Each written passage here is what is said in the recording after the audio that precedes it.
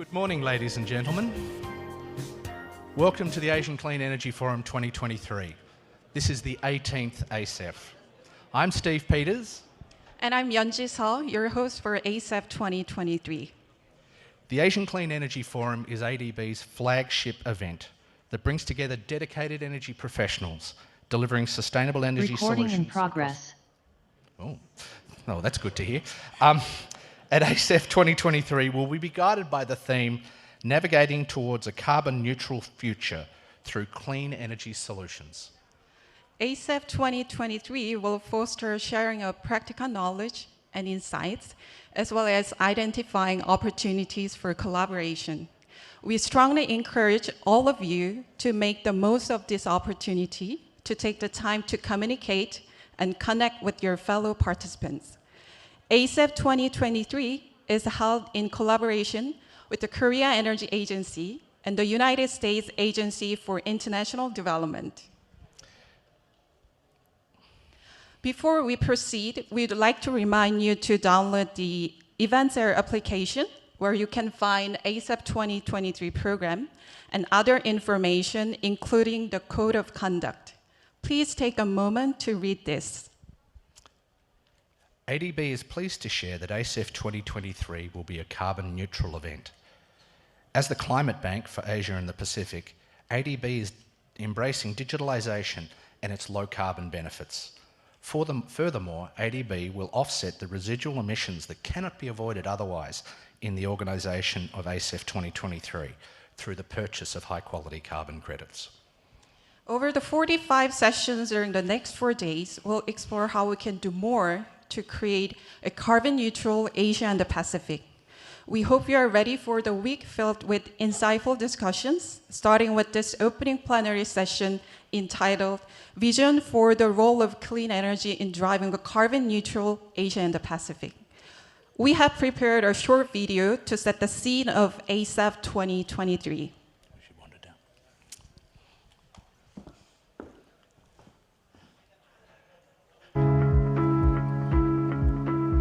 The effects of climate change at our doorsteps clamor for the mainstreaming of carbon neutrality. Revitalization of commitments made in the Paris Climate Agreement is evident in countries committing to net zero targets and setting more ambitious nationally determined contributions.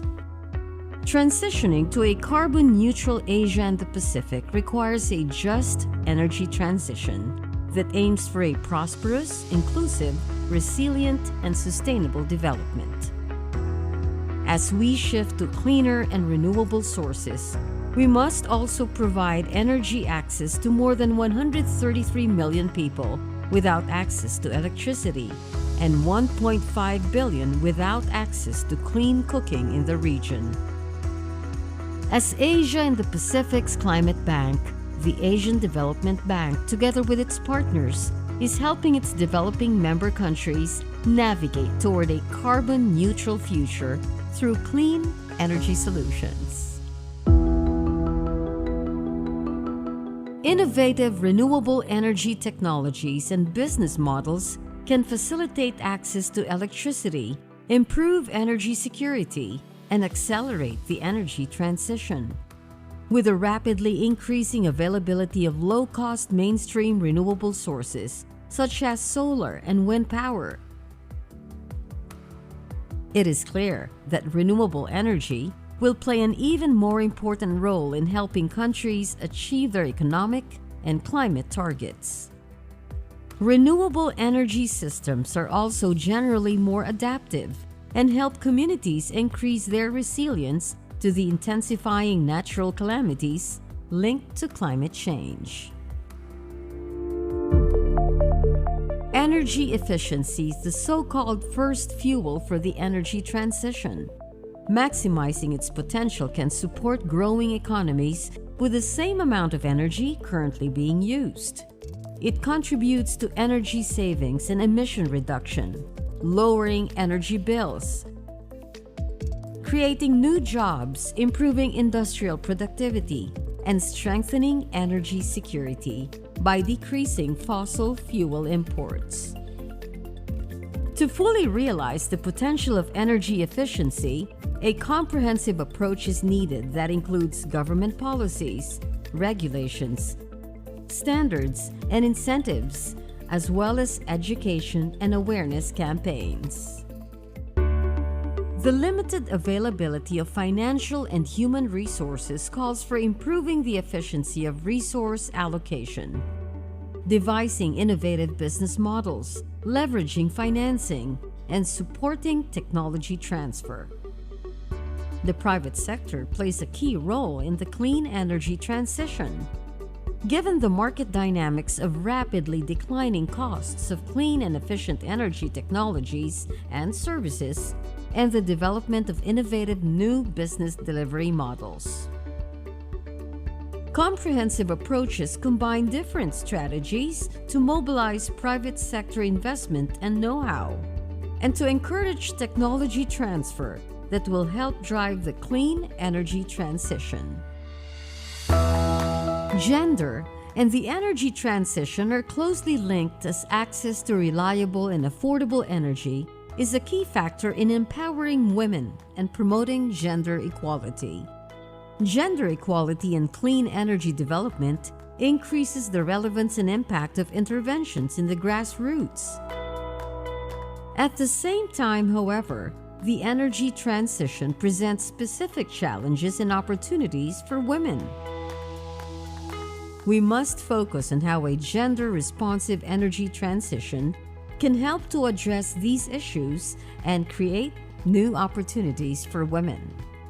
We must also encourage greater participation of women in the clean energy workforce and highlight lessons and examples that can be used to recruit more women into clean energy. What does ACEF 2023 aspire for?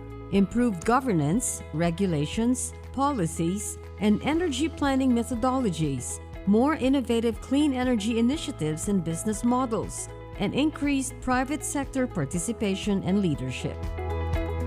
The vision of a prosperous, inclusive, resilient, and sustainable Asia and the Pacific could be a reality if we all work together.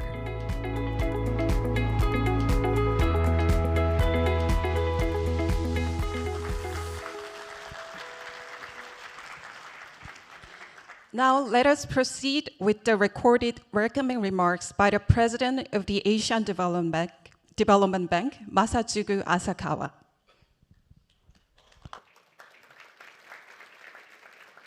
To the 18th Asia Clean Energy Forum. I'd like to thank ADB's co-organizers, the Korea Energy Agency and the United States Agency for International Development. This year marks the first in-person ASF meeting since the onset of the COVID-19 pandemic.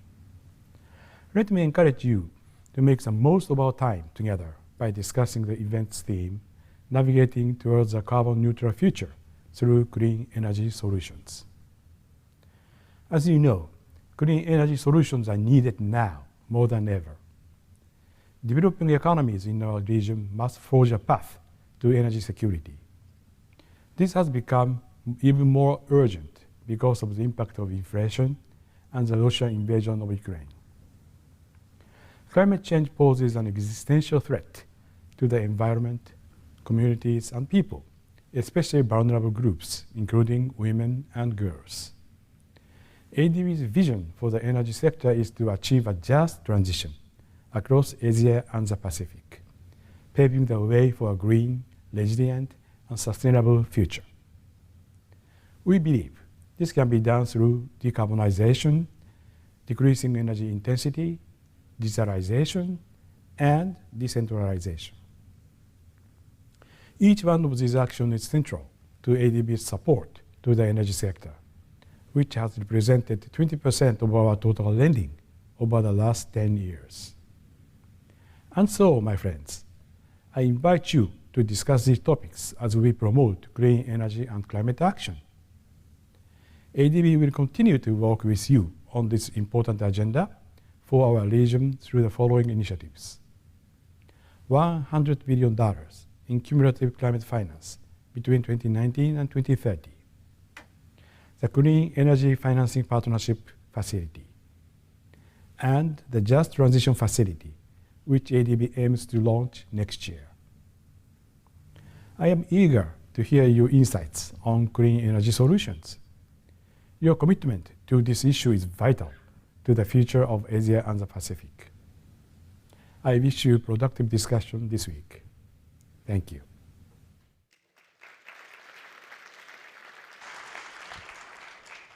Thank you, President Masa. I now invite the Managing Director General of the Asian Development Bank, Woo Chong for his introductory remarks. MDG, floor is yours, sir.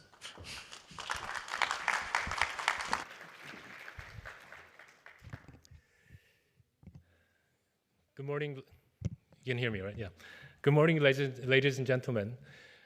As President Asakawa mentioned, we are so happy to see everybody face to face, first time in 3 years, and it's so emotional for me because it's the biggest event that we organize in ADB, other than the annual meeting of the annual meeting of the Board of Governors every May. and more than that, I was just reflecting on what I was going to say today, and we started this revolution in 2005. And President Asakawa mentioned about $100 billion climate finance that we have set our ambitions to. But it started much smaller, but with a huge impact back in 2005, when then the president dared us to double our investment in clean energy, to go from $500 million to $1 billion by 2008. And this is when we started this ASEF with about 80 people in the group. And I don't know whether, Peter, were you involved in that one too? I was looking at it because he was involved in this as long as I can remember. And this Clean Energy Forum was a platform that really brought everyone together in our region, actually globally, to bring knowledge together and money together so that we can find opportunities to invest. So as we always do when there's a very strong mandate coming from the top, we achieved our target meeting of 1 billion, I think 1 year ahead of schedule, 2007. And there we were celebrating. And of course, as good managers always tell you to do, that's very good, congratulations, doubled it again by 2013. And that coincided with the energy policy of 2009. And again, riding on Asia Clean Energy Forum, we met that target, I think 1 year ahead of schedule as well. And then the rest of history, I think many of you have been involved in several ASEFs across several decades, several years since 2012 and 13 beyond. And this revolution started to infect our transport sector, urban sector, water, and so on and so forth. So now, in 2006, we set climate finance target of $6 billion over that period of time. But then last year, a year and a half ago, we decided to up our ante in the middle of the pandemic to have an even bigger ambition of $100 billion. So energy obviously is one of the key sectors that we need to deliver. And we know that we can't do that by ourselves. And I would like to take this moment to make a special appreciation to our partners from the very beginning, USAID, welcome to ADB again, and also Korea Energy Agency. But more importantly, all the old and new friends, old meaning people you've known each other for a long time, but also old in age, and new as well as young people. And speaking of young people, we have a group of high school students from the International School Manila, where I graduated in 1982. Yes, I don't look that old, but I'm class of 1982, for joining this important event, because at the end of the day, I think we will retire, but hopefully they can carry the legacy and continue this revolution until we meet our targets. So over the past years, we have seen the mainstreaming of carbon neutrality, as many countries have committed to net zero targets and have set ambitious nationally determined contributions. These actions revitalized the commitments made through the Paris Climate Agreement.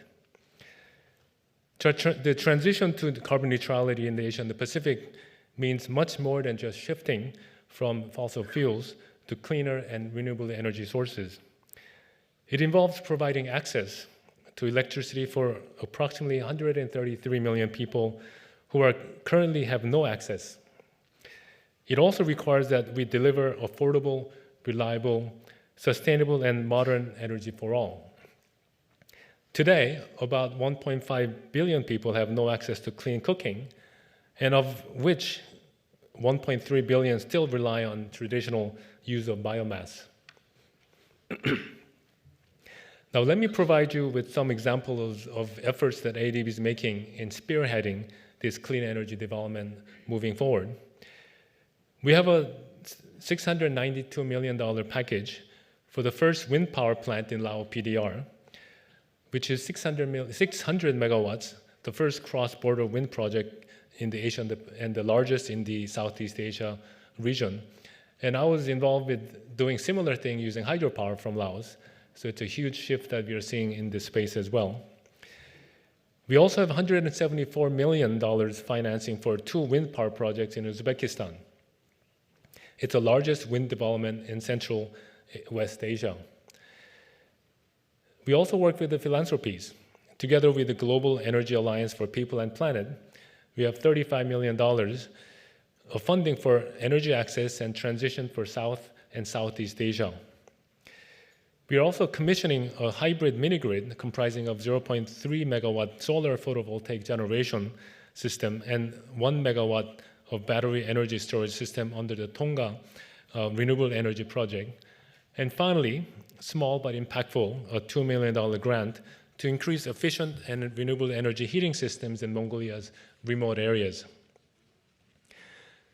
So the opportunities and challenges abound, and with ACEF 2023, we shall be, as the theme of this forum declares, navigating towards a carbon neutral future through clean energy solutions.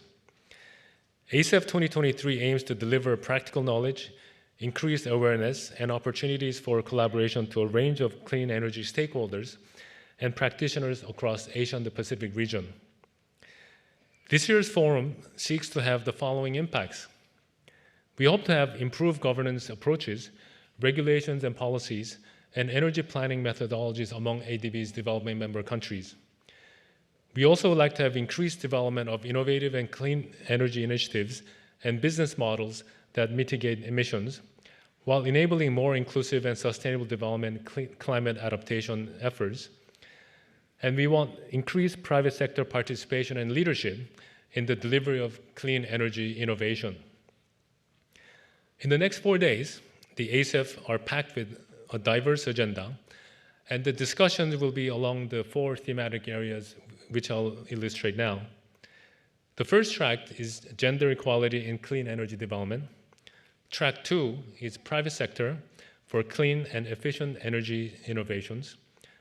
Track 3 is energy efficiency for energy transition. And finally, track 4 for innovative and resilient renewable energy. The Asian Development Bank's regional departments will share their experiences and lessons learned from working with our developing countries, and each of the regional sessions will focus on a theme or topic that showcase projects that are currently being implemented or have recently been carried out. The spotlight sessions will focus on special emerging topics relevant to the clean energy transition, and deep dive workshops marked by in-depth discussions of concepts, ideas, technologies will encourage problem solving and more interaction.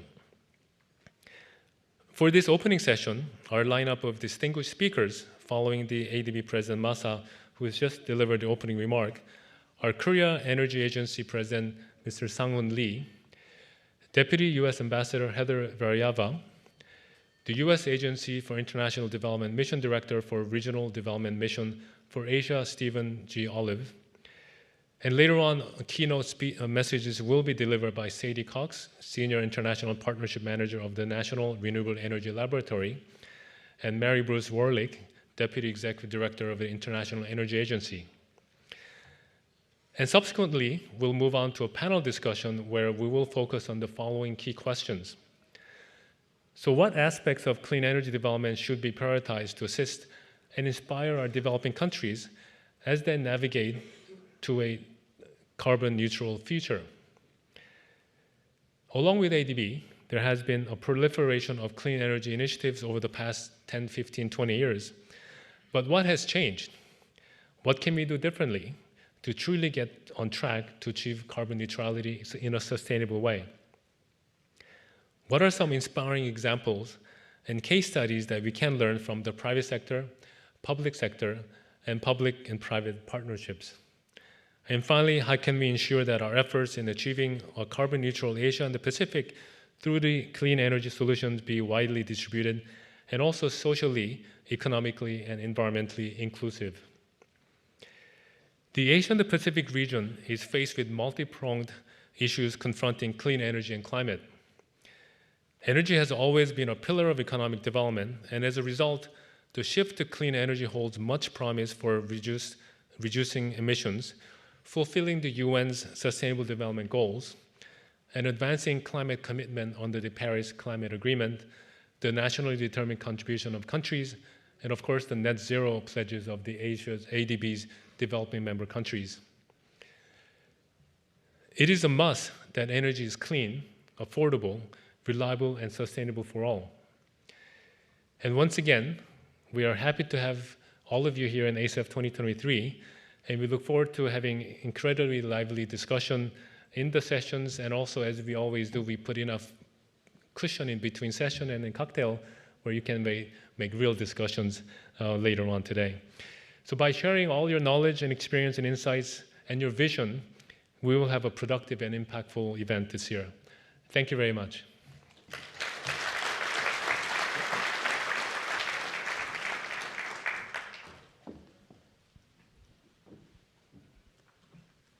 Thank you, MDG. We'll now have introductory remarks by the President of the Korea Energy Agency, Sang-Hoon Lee. Please join me in welcoming President Lee.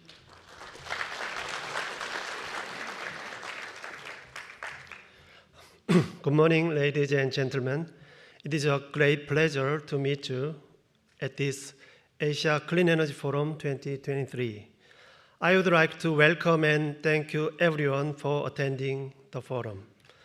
I would like to give a special thanks to Masatsugu Asakawa, President of ADB, Woo-jong, Managing Director General of ADB, and Stephen Olive, Mission Director of USAID, for hosting this event.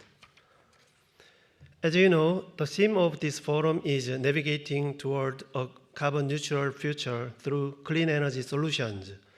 For many of you, this will be the first time you've met each other, but I believe all of you here today are global leaders against the climate crisis who recognize the importance of this topic and are leading this difficult journey together.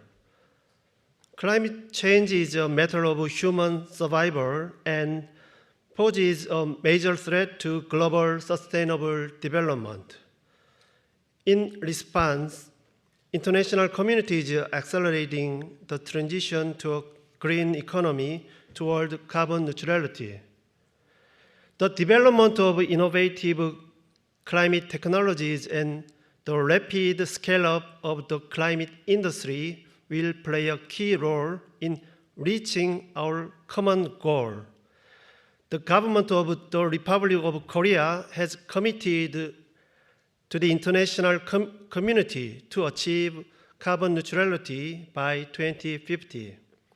To reach the goal of 2050, Korea government is pursuing a variety of strong policies to reduce the cost for energy transition and to accelerate the decarbonization of manufacturing sector through developing climate technologies and fostering climate industry.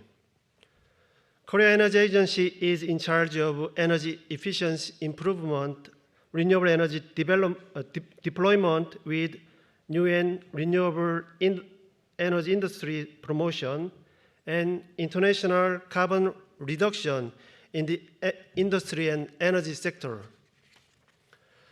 We have been actively carrying out international cooperative projects such as clean energy development and energy efficiency improvement in the Asian region with ADB since 2012. Going forward, Korea Energy Agency will do our best to contribute to the realization of carbon neutrality in Asia and the whole world by further strengthening cooperation with ADB and Asia-Pacific countries based on comparative climate technologies and industry. The four-day forum will focus on clean energy technology, energy efficiency, carbon reduction strategies, and policies. Various aspects of clean energy solutions will be discussed through thematic tracks, deep dive workshop, spotlight, and regional sessions. Korea Energy Agency has also prepared a deep dive workshop to share our experience and knowledge related to clean energy solutions. So we ask for your interest and participation. In keeping with this beautiful tradition, we hope that ACEF 2023 will provide an invaluable opportunity to spread experience and knowledge for carbon neutrality and to strengthen friendship and solidarity among participants. Furthermore, I hope this ACEF 2023 will serve as an opportunity to promote joint actions for carbon neutrality by forming closer partnership and cooperation. Korea Energy Agency will work our best to be a good and true friend in your long journey toward carbon neutrality. Thank you.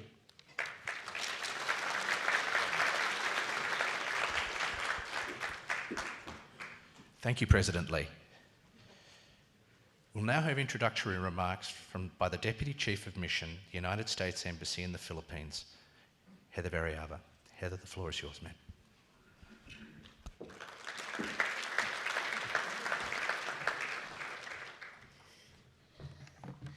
Thank you and good morning. It is indeed a pleasure to be here at the Asian Development Bank. I should distinguish myself a little bit from my development expert colleagues at the U.S. Agency for International Development. I am a U.S. diplomat, but very happy to be here this morning to show the whole of U.S. government support for this program. And as a diplomat who spent most of my 27-year career in the Asia-Pacific region, I have seen on a daily basis the impact that ADB, USAID, and our development partners have made in this region. So on behalf of the United States government, it's an honor to join you all for the opening of the 18th Annual Asia Clean Energy Forum. Asia and the Pacific play a critical role in today's energy markets, accounting for more than half of global energy consumption. This consumption will continue to climb in the coming decades, resulting in critical economic, climate, and strategic implications for the United States and the world. Over the next 20 years, India and Southeast Asia alone are expected to record the world's highest greenhouse gas growth rates. The Philippines specifically, and the Indo-Pacific region more broadly, are among the most vulnerable regions to the devastating impacts of climate change. For this reason, tackling energy-related emissions in this region must be a part of the global strategy to combat climate change. Moving towards a carbon-neutral future through clean energy solutions in Asia, the theme of this year's ACEF, will help meet the booming energy demand and mitigate the effects of climate change. This accelerating growth will create entirely new industries, as well as new jobs, serving one of the greatest economic opportunities of our lifetime. The International Energy Agency estimates that achieving our clean energy goals will mobilize $4 trillion per year in new investments. In the United States, we are already sowing the seeds for this transition. President Biden's Build Back Better initiative offers the largest effort to combat climate change in American history. At a local level, it delivers substantial consumer rebates and tax credits to reduce costs for families in the middle-class income bracket shifting to clean energy sources. More than half the global economy is now committed to reducing emissions to prevent global temperatures from increasing by more than 1.5 degrees. The G7 leaders also committed to ending international finance for unabated coal projects. The United Nations Intergovernmental Panel on Climate Change has proposed moving forward with climate-resilient development.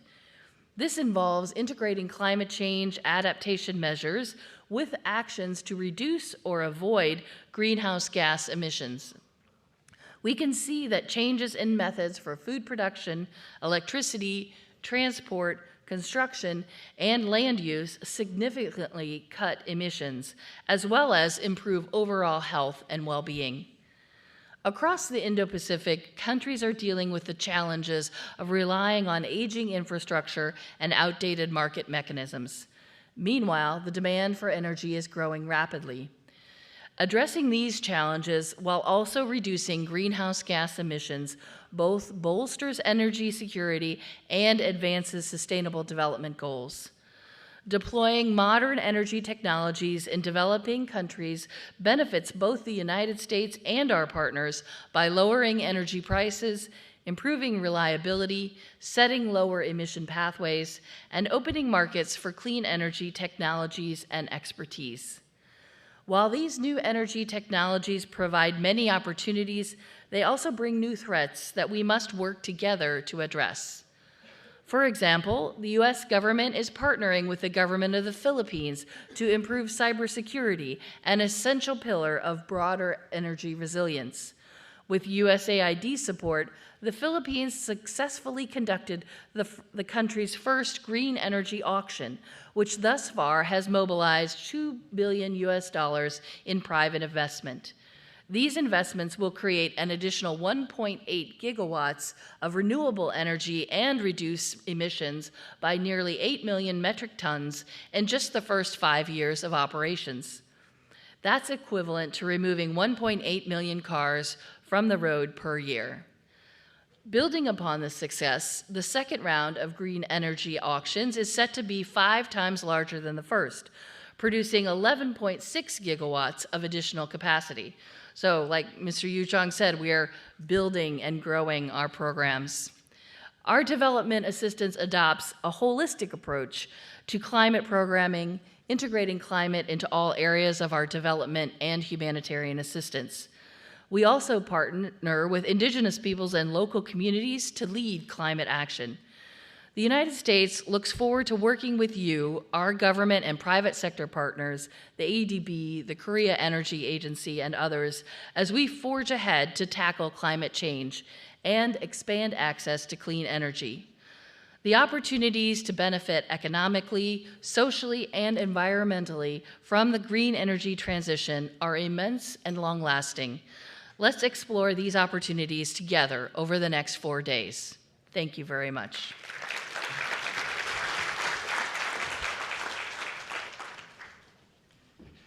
Thank you very much, Deputy Chief of Mission, United States Embassy in the Philippines, Heather Variava.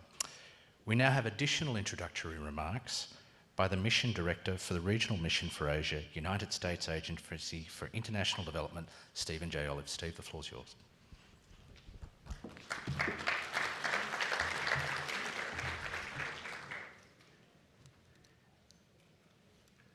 Good morning, everyone. Chargé d'Affaires Variava, thank you very much for your remarks and for highlighting all of the ways that the U.S. government is supporting energy transitions around the globe. I'm grateful for the introductory remarks of Mr. Asakawa, the President of the Asian Development Bank, as well as from Mr. The Managing Director General for the Asian Development Bank. And Dr. Lee, thank you very much for your opening remarks as President of the Korean Energy Agency. What a thrill to be back together. And I really want to give credit to our Asian Development Bank colleagues for putting on some very meaningful and impactful virtual ASEFs over the last couple of years. That was a very challenging environment for all of us. But what a wonderful opportunity now for us to be together, to see a full house, and as Mr. said, to also have these opportunities now to network in person together out this week is really a thrill for all of us. So on behalf of USAID's Regional Development Mission for Asia, I am truly honored to join you in the opening of the 18th Annual Asia Clean Energy Forum. It's very exciting to be here in Manila, and we thank the government of the Philippines for hosting our session here. And I say this because it is more important than ever for us to come together face to face to discuss opportunities, strategies, and best practices needed to make Asia's clean energy transition a reality. Climate change is a global crisis. As temperatures and sea levels rise, people around the world increasingly see heat waves, droughts, floods, and wildfires upend their lives. Climate change disproportionately impacts people living in poverty and marginalized groups. It also threatens the development progress supported by USAID and our partners for more than 60 years. One of the ways we can address climate change is through a global transition to low-carbon future powered by renewable energy. Guided by our climate strategy, USAID invests in activities that will reduce, avoid, and sequester 6 billion metric tons of carbon dioxide equivalent by 2030. That's like removing more than 1 billion gasoline-powered cars from the roads for 1 year. Clearly, meeting these mitigation targets requires increased deployment of clean energy systems. Asia accounts for almost half of the global energy demand and is currently the world's highest greenhouse gas emitting region, overtaking the European Union and the United States. Yet, despite the economic and logistical challenges posed by the COVID-19 pandemic, many countries in the Asia-Pacific have continued to witness record-breaking growth in renewable energy since 2020. USAID recognizes that the time is now more than ever for governments, the private sector, civil society, and stakeholders to come together and address climate change through transitioning to cleaner sources of energy. In Southeast Asia, USAID partnered with government and private sector leaders to mobilize more than $9 billion in clean energy investment over the past decade. Through Clean Power Asia, USAID supported Thai independent power producer Grim Power to launch a 257 megawatt solar project in Vietnam. That project earned Grim Power a Best Solar Power Plant Project Development Award.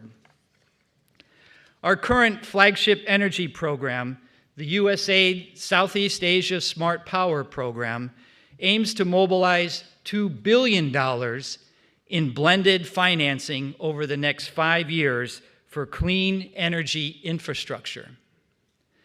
Next week, this activity will launch a partnership framework with the ASEAN Center for Energy to expand power trade, improve regional system reliability, and integrate greater shares of variable renewable energy into clean energy systems. And we've heard all of the speakers mention renewable energy and its importance to this transition. And this grant that we're doing with the ASEAN Center for Energy will also help to encourage and connect trading power throughout ASEAN. Because these renewable energy projects, for example, in Vietnam, who have adapted their environment, their policy environment to encourage renewable energy, you can imagine how cheap and how accessible that electricity will be if it can be traded all the way through ASEAN, down through Singapore, and provide customers with energy sources from renewable energy projects. Building out that infrastructure and those transmission lines and those agreements to trade power between countries is critical here in Southeast Asia. With our partners, USAID will continue to support Asia's clean energy transition. Together with the private sector, we can provide the scale of resources required to match the complexity and challenges facing countries as they push towards clean energy solutions. Furthermore, USAID will continue to advocate for inclusive and sustainable development across Asia and the Pacific. Communities that champion greater equality between women and men show faster economic growth, along with increased agricultural productivity and improved nutrition. Increasing women's and girls' education and access to resources improves the health and livelihoods for everyone. And that is why USAID programs integrate equality and women's empowerment while also engaging men and boys on gender issues. USAID it aims to advance gender equality and inclusion by building partnerships with diverse stakeholders to drive evidence-based decision-making and investments. Our Enhancing Equality for Energy in Southeast Asia, this activity works with educational institutions to improve opportunities for girls to study STEM-related subjects, and with energy employers to promote internships and mentorships opportunities that help women advance in these energy careers. These partnerships help to drive clean energy transition in the Asia-Pacific region. And I look forward to our discussions this week that will enhance existing partnerships and explore opportunities for new ones. I also want to thank our mission here in the Philippines that covers the Philippines, Mongolia, and Pacific Islands, and Ryan Washburn for your leadership of new and clean energy programs throughout this region. Also grateful for our U.S. representative to the Asian Development Bank, Ambassador Chantel Wong, and really for all of your partnerships. We look forward to a very fruitful Asia Clean Energy Forum. Thank you very much.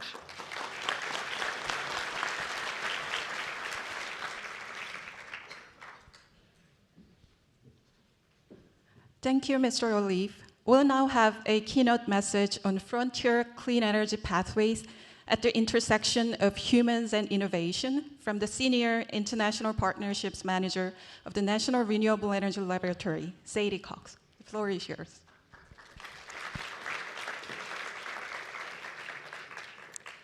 Good morning, everyone.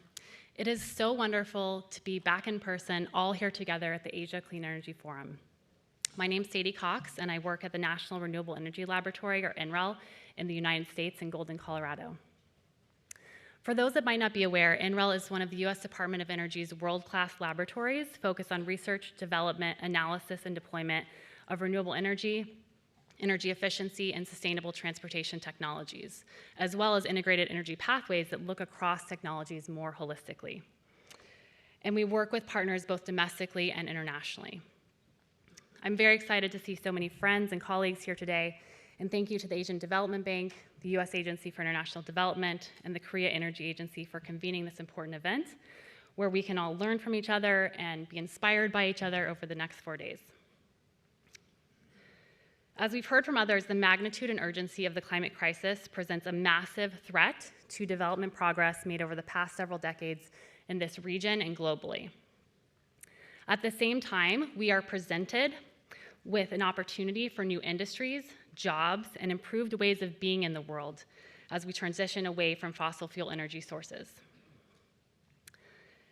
Enabling the clean energy transition in a way that supports continued development, growth, and improved equity and livelihood requires unprecedented innovation and investment.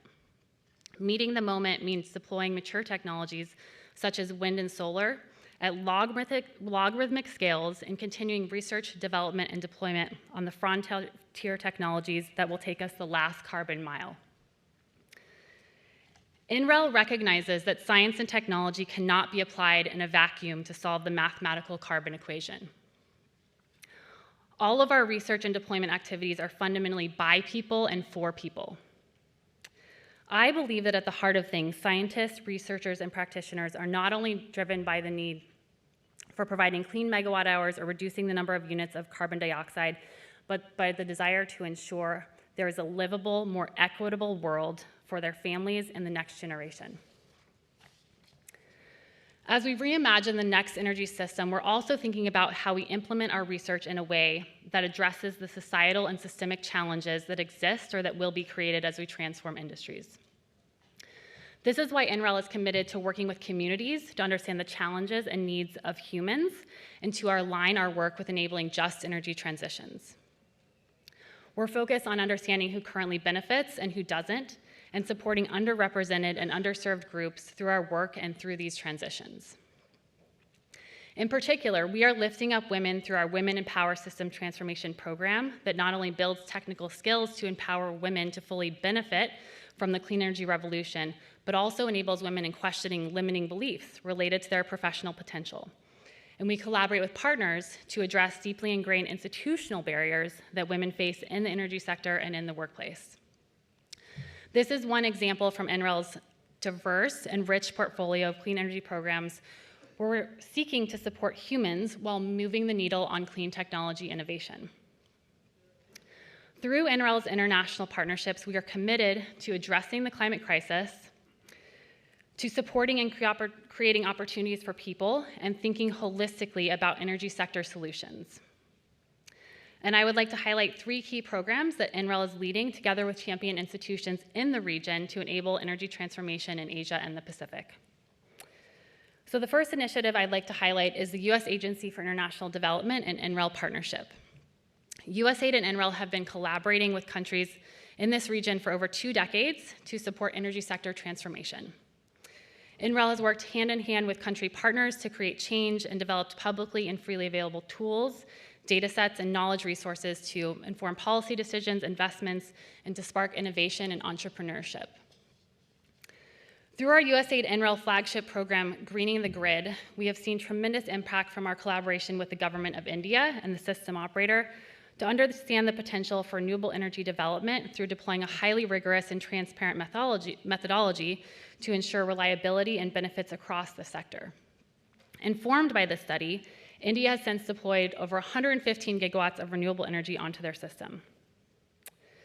Through the Renewable Energy Data Explorer, we recently released high-resolution wind and solar data sets for all of Southeast Asia, available for free to governments, to project developers, to academia, to implementing partners, and to the general public.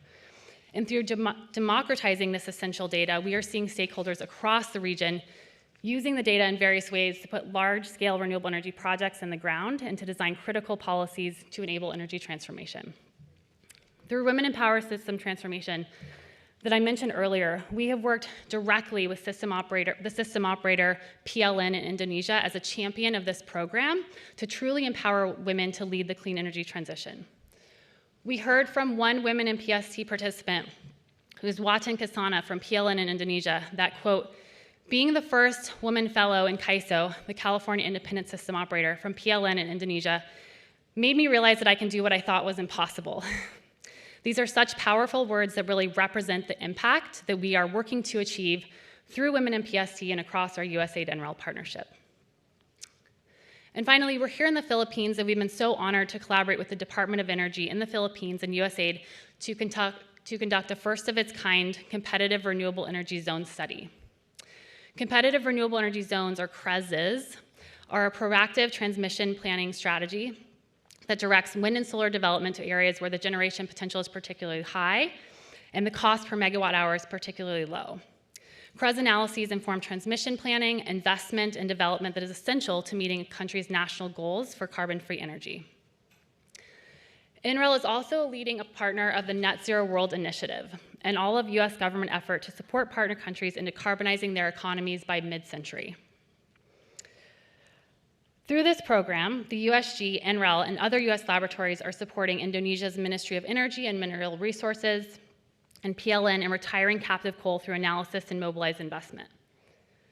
With Thailand, the laboratories are providing support for improved building energy efficiency to address both resource consumption and human health and comfort in low-income housing, among other areas of support.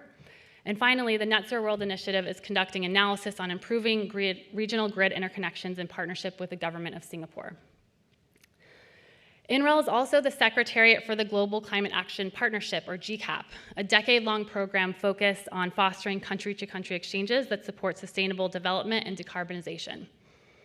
The Asia-led partnership, the regional platform covering Asia and the Pacific, leads peer learning activities, workshops, and exchanges that enable countries to learn from each other and ultimately support enhanced climate ambition.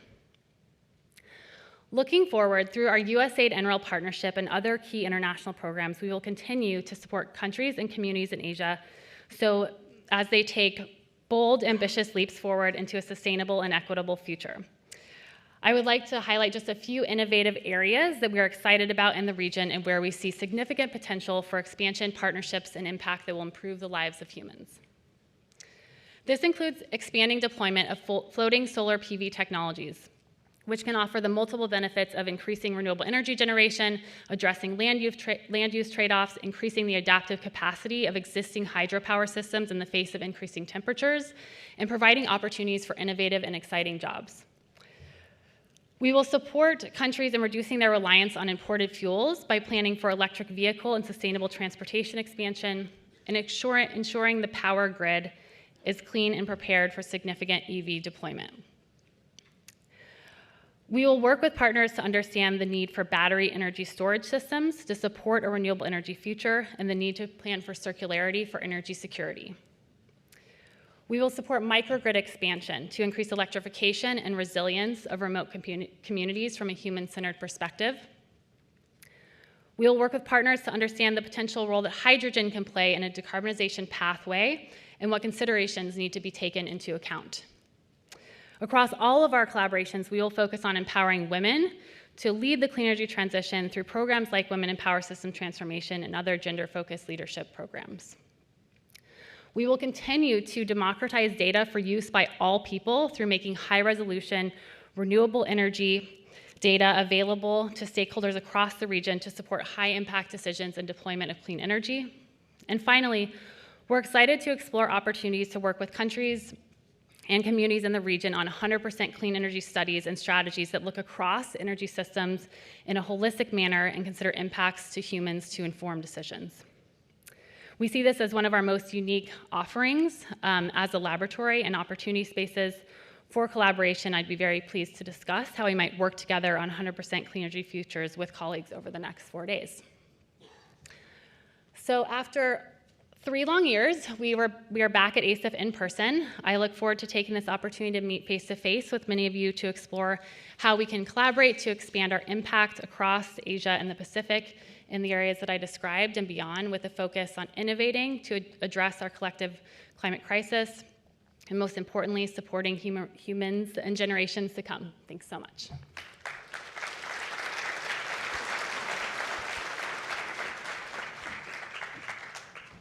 Thank you, Sadie. That was a great presentation. I love the point about humans. Thank you.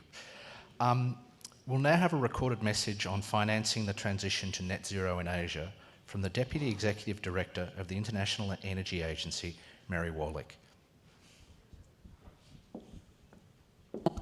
Excellencies, ladies and gentlemen, good morning.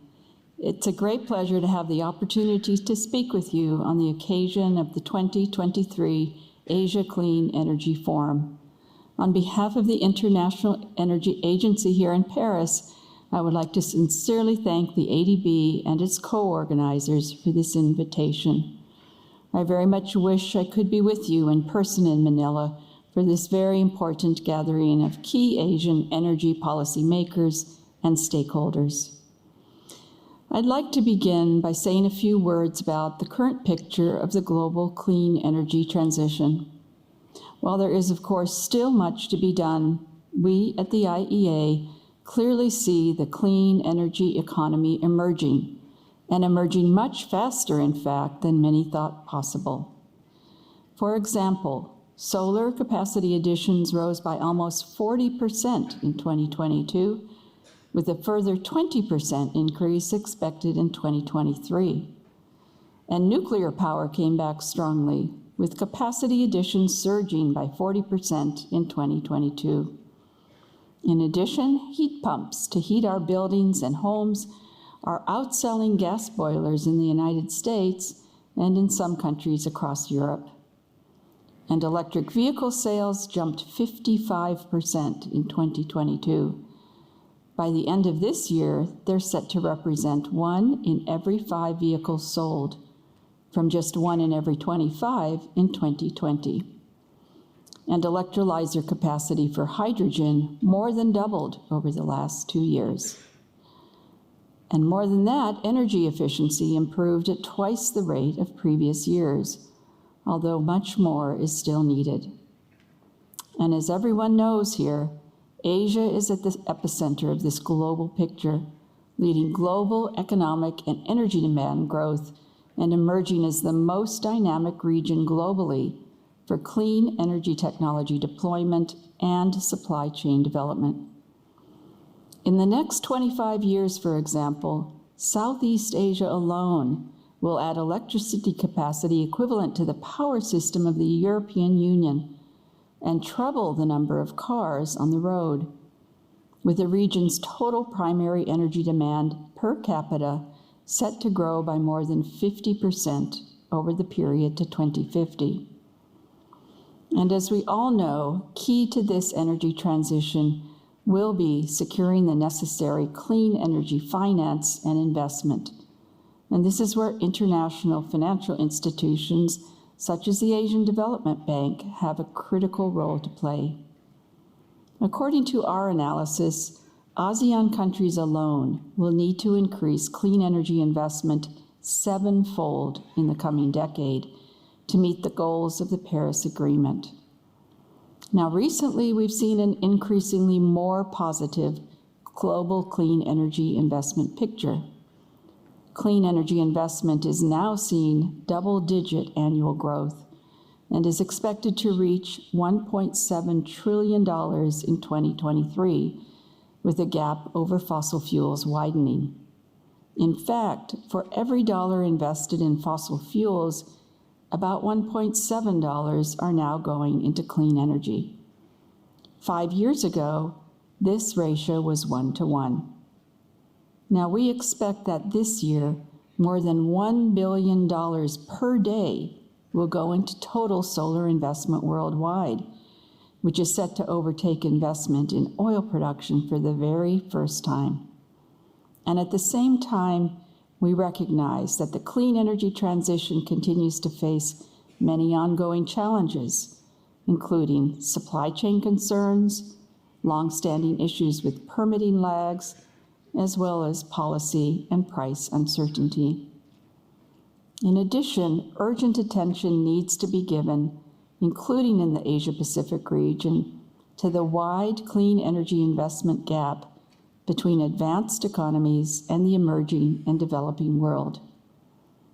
This divide continues to be a major fault line in global efforts to meet shared energy and climate goals.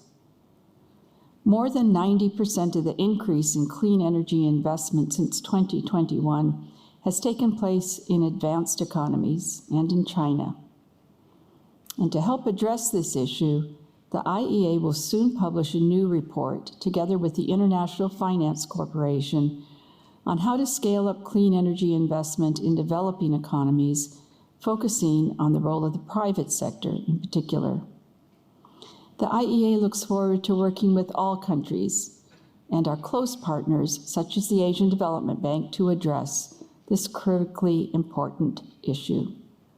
And of course, international collaboration will remain crucial to securing the necessary finance to drive energy transitions in these countries. And it's clear that the ADB will have a critical role to play in leading regional efforts in this area, together with other multilateral and bilateral partners. So the International Energy Agency is very pleased to have enjoyed a strong and long-lasting partnership with the ADB. We've been working very closely on a wide range of topics, and projects in Asia with the ADB over many years, in fact. And we believe the complementarity of our respective work provides huge opportunities for even more collaboration, connecting the IEA's data, analysis, and policy know-how with the ADB's own critical expertise and climate finance contributions here in this region. So in conclusion, I would like to wish this year's ASEF great success and very much look forward to seeing you in person in the very near future. Thank you.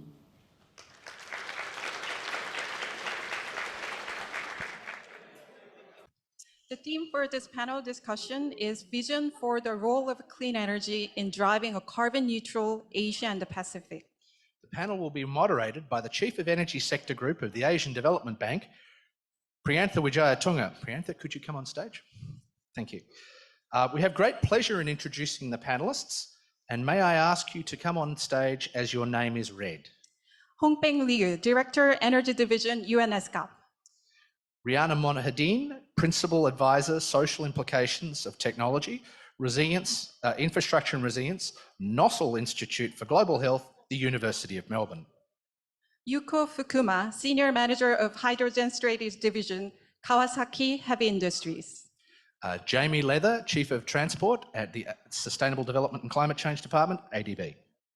Ramesh Subramaniam, Director General, Chief Sectors Group, Asian Development Bank. Priyantha, the floor is yours.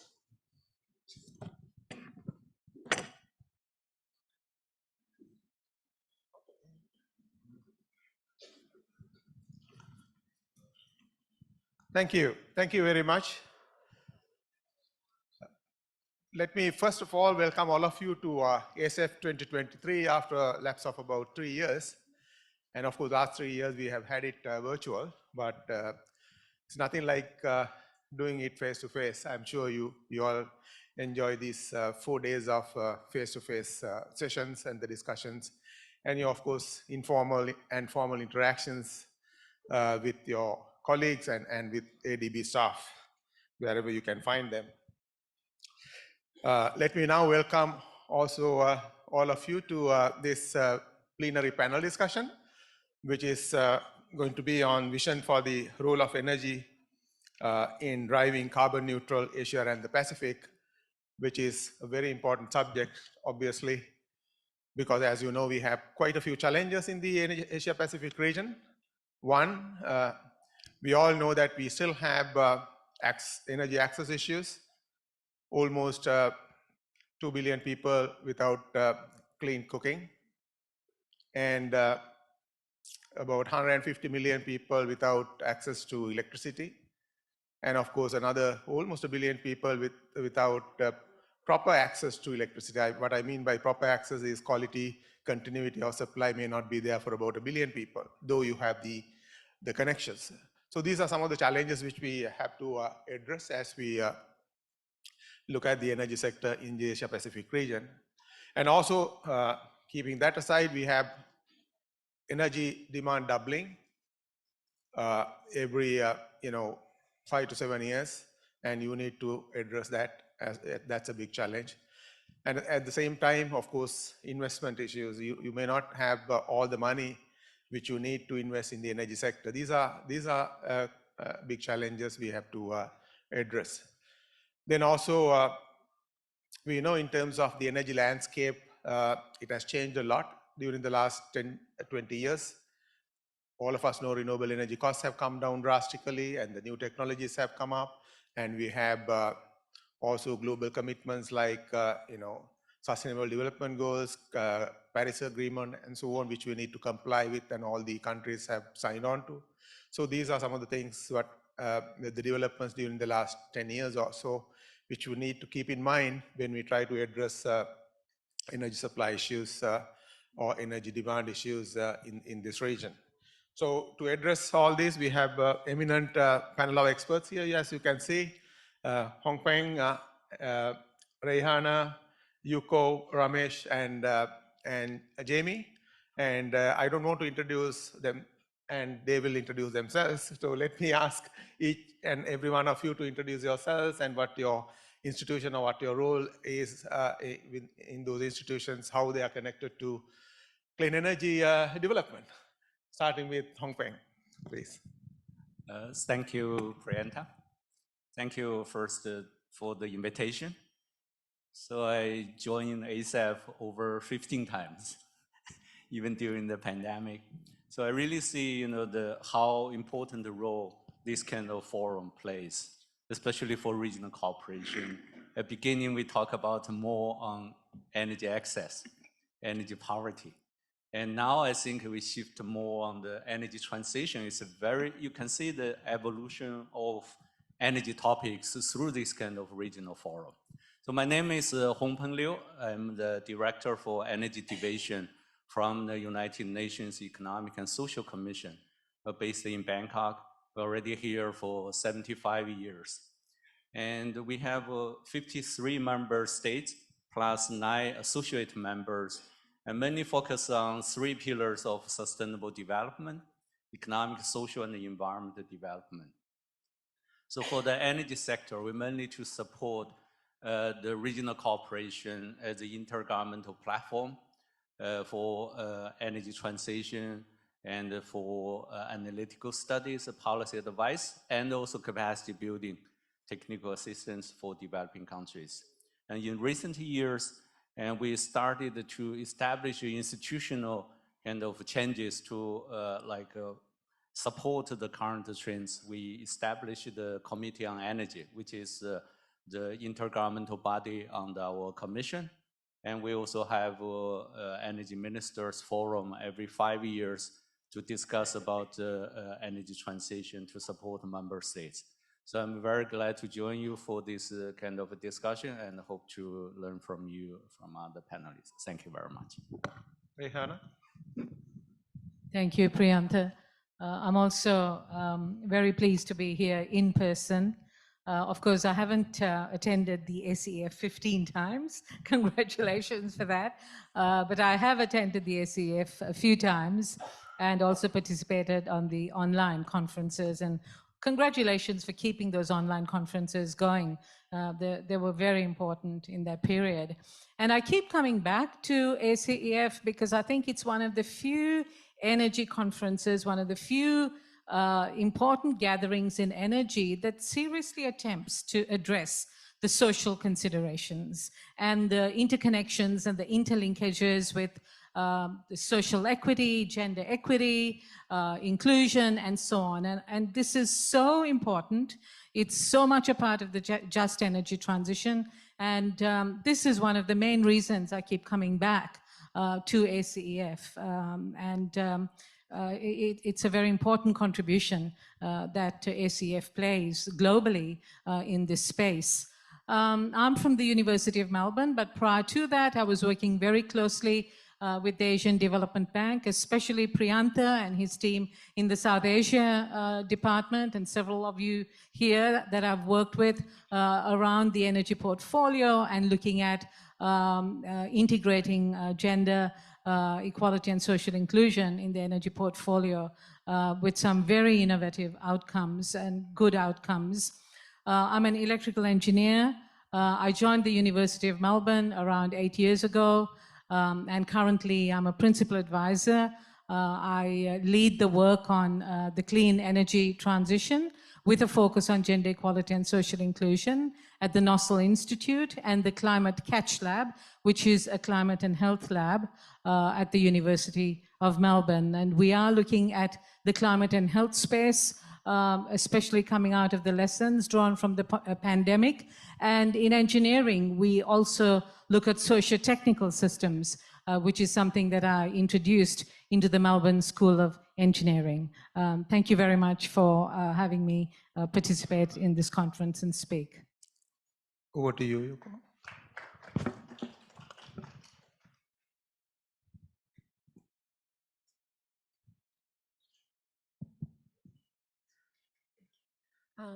Hi, hello everyone. So thank you so much for having me today in person. And this is my first time to participate in ASEF.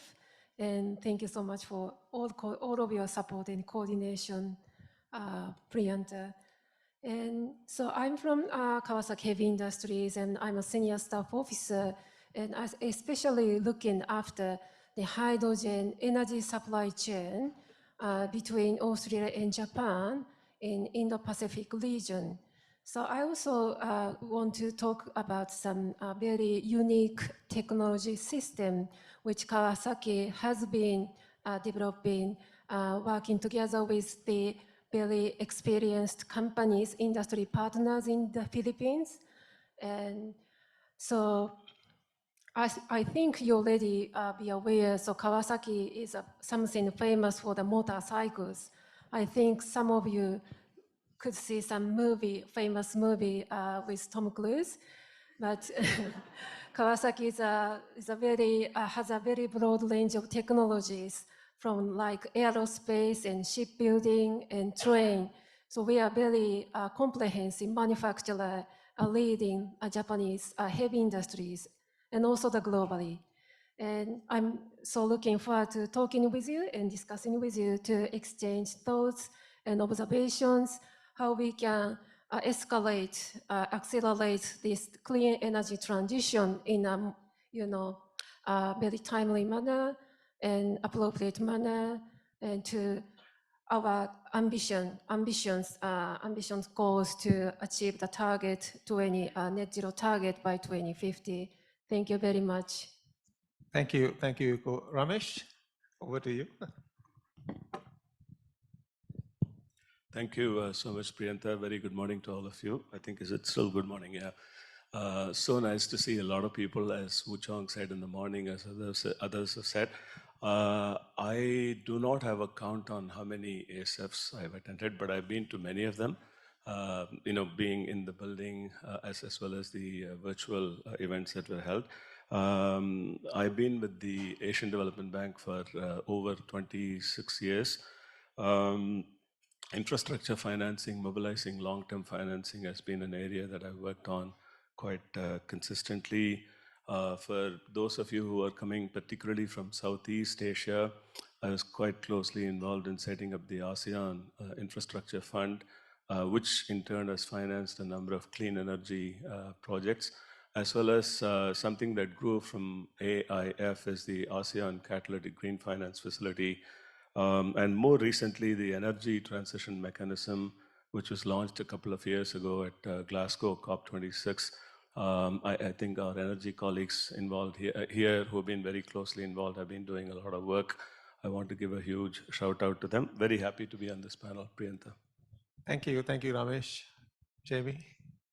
Thank you very much. Good morning, everybody. My name is Jamie Leather, and I'm the Chief of the Transport Sector Group here at the Asian Development Bank.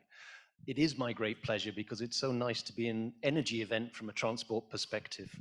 I do believe quite often, or too often, we talk to the people who are very much similar-minded, and it is a great opportunity, hope to share some of our transport issues with our energy colleagues. The message I really want to get across is that, yes, climate change is a serious issue, and we are the climate bank for the region, which we will address. But it can't be solved in isolation. Transport must work very closely with the energy sector. Increasingly, our clients are looking for multidisciplinary solutions. Which ministries do we work for in the energy, in the transport for this cleaner future? So it's a great pleasure to be here and hopefully to give a little bit of a diverse opinions from the transport sector and how we must work very closely with the energy sector. Thank you. Thank you. Thank you very much, Jamie. The diversity in the panel shows how important it is for us to work in the energy sector with other sectors. And we cannot have energy sector development in isolation, and it's all cross-sectoral. This is one of the biggest emphasis in our operations. To start off with, let me, as I said, we have a lot of challenges in the energy sector development in this region, of course, for that matter, globally.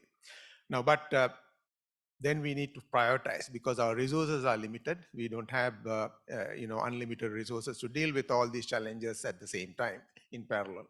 So when it comes to prioritizing the clean energy development, now what are the kind of priorities we should look at? Let me request Hong Peng to give us a kind of a broader view of what needs to be prioritized within a resource limited world. Thank you, Priyanka, I think this is a very important question. And if you look at, to achieve carbon neutral, I really think we have to prioritize from the policy and the planning side, especially at the country level. So when you start this carbon neutral, it's really covers almost every sector of the society. I think that carbon neutral presents this kind of integrated framework for economic, social, and environmental development. Exactly, it's along with the 2030 Agenda for Sustainable Development. If you look at the energy sector, because we have this sustainable development goal to access clean and modern and reliable, affordable energy services. So it's linked with all other 16 SDGs. So at the country level, many countries already developed their long-term strategy for sustainable development. Now I think more and more countries are also aligning this carbon neutral target with their national plans and strategies.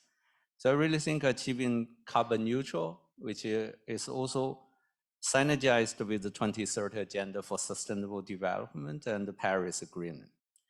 By transitioning the energy sector, which actually is accelerated to achieve this 2030 Agenda. And also the long-term goal, I think, by 2050, middle of the century, about net zero emissions. So this includes, you have to ensure, sustained, energy to meet the economic growth, urbanization, and also the population growth, to increase this kind of share of renewables and improve energy efficiency. I think Priyanka and also earlier CEO Dr. Wu also mentioned the challenges in Asia Pacific. You still have these access issues, and also you have this kind of energy efficiency, renewable energy issues. And we did a review of SDG 7 progress in Asia Pacific. We see, the good news is we probably can achieve universal access to electricity earlier than 2030. But the bad news is for the access to clean cooking, which is also important part of energy access. We probably can only achieve, if we go along with the current trends, we probably can only achieve like 80% of the population with access to clean cooking. So that means we still have a big gap to achieve SDG 7 by 2030. But if you look at the carbon neutral target, probably that's much more challenge. So we have a number of countries to develop their roadmap to achieve SDG 7 by 2030. But now we also go beyond the 2030 to 2050, which also look at their NDC's commitment. We found SDG 7, which probably is the first step they have to achieve. And NDC's is much, much more challenging. But carbon neutral and the net zero emissions is the ultimate goal, but without any additional support from policy and planning side, without proper financing or accelerated financing, that will be very difficult for developing countries to achieve their goals for both 2030 and 2050. So I really think this requires an integrated system approach, which develop their national strategies and policies to align with their existing one. So to integrate this kind of consideration of carbon neutral target and also the 2050 net zero emissions. So each of these actions has an impact on each other. So therefore, national energy policies and development plans through a system optimization process is needed. I really think that's also, I think ADB and also a lot of like IEA, IRENA also provided a good kind of technical support for the countries to do this. And I hope there's more opportunities for those international organizations to work together. So from SCAP side, we support the member states to accelerate their actions to achieve SDG 7 and also the NDCs under the Paris Agreement by developing SDG 7 roadmap. This is already, there are 16 countries in Asian Pacific already developed this national SDG 7 roadmap to synergize with the existing national strategies and plans. It's a country-led process. So I really think through this kind of access, at least provide a clear target for government and for all stakeholders, including the private sector, for their investment in energy transition. I think the just energy transition, it will be very important and to cover, to achieve these net zero goals. Thank you very much. Thank you very much, Hong Kong, for giving that more of a global perspective of what we need to do. Now let me switch to Ramesh to ask how a financing institution like ADB thinks in terms of priority when it comes to clean energy development. Thank you, Priyantha. Thank you also for bringing me in at this stage, because in my introduction, I did not say anything about the transition that ADB is going through. We talk about energy transition, climate transition, but we are also going through an organizational transition in ADB. We are calling it the new operating model, and we have 4 shifts that we are talking about in the new operating model. The first is an existential type of shift we need to do, the whole world needs to do, which is a climate shift. The second is the private sector development shift. Clearly, Asia and the Pacific has been growing with growth rates exceeding on average 5%, but in many parts of the region have grown at more than 6% consistently for several years. Now, pandemic obviously brought down the average growth rates, but certainly countries are now going back. There are concerns about fiscal consolidation.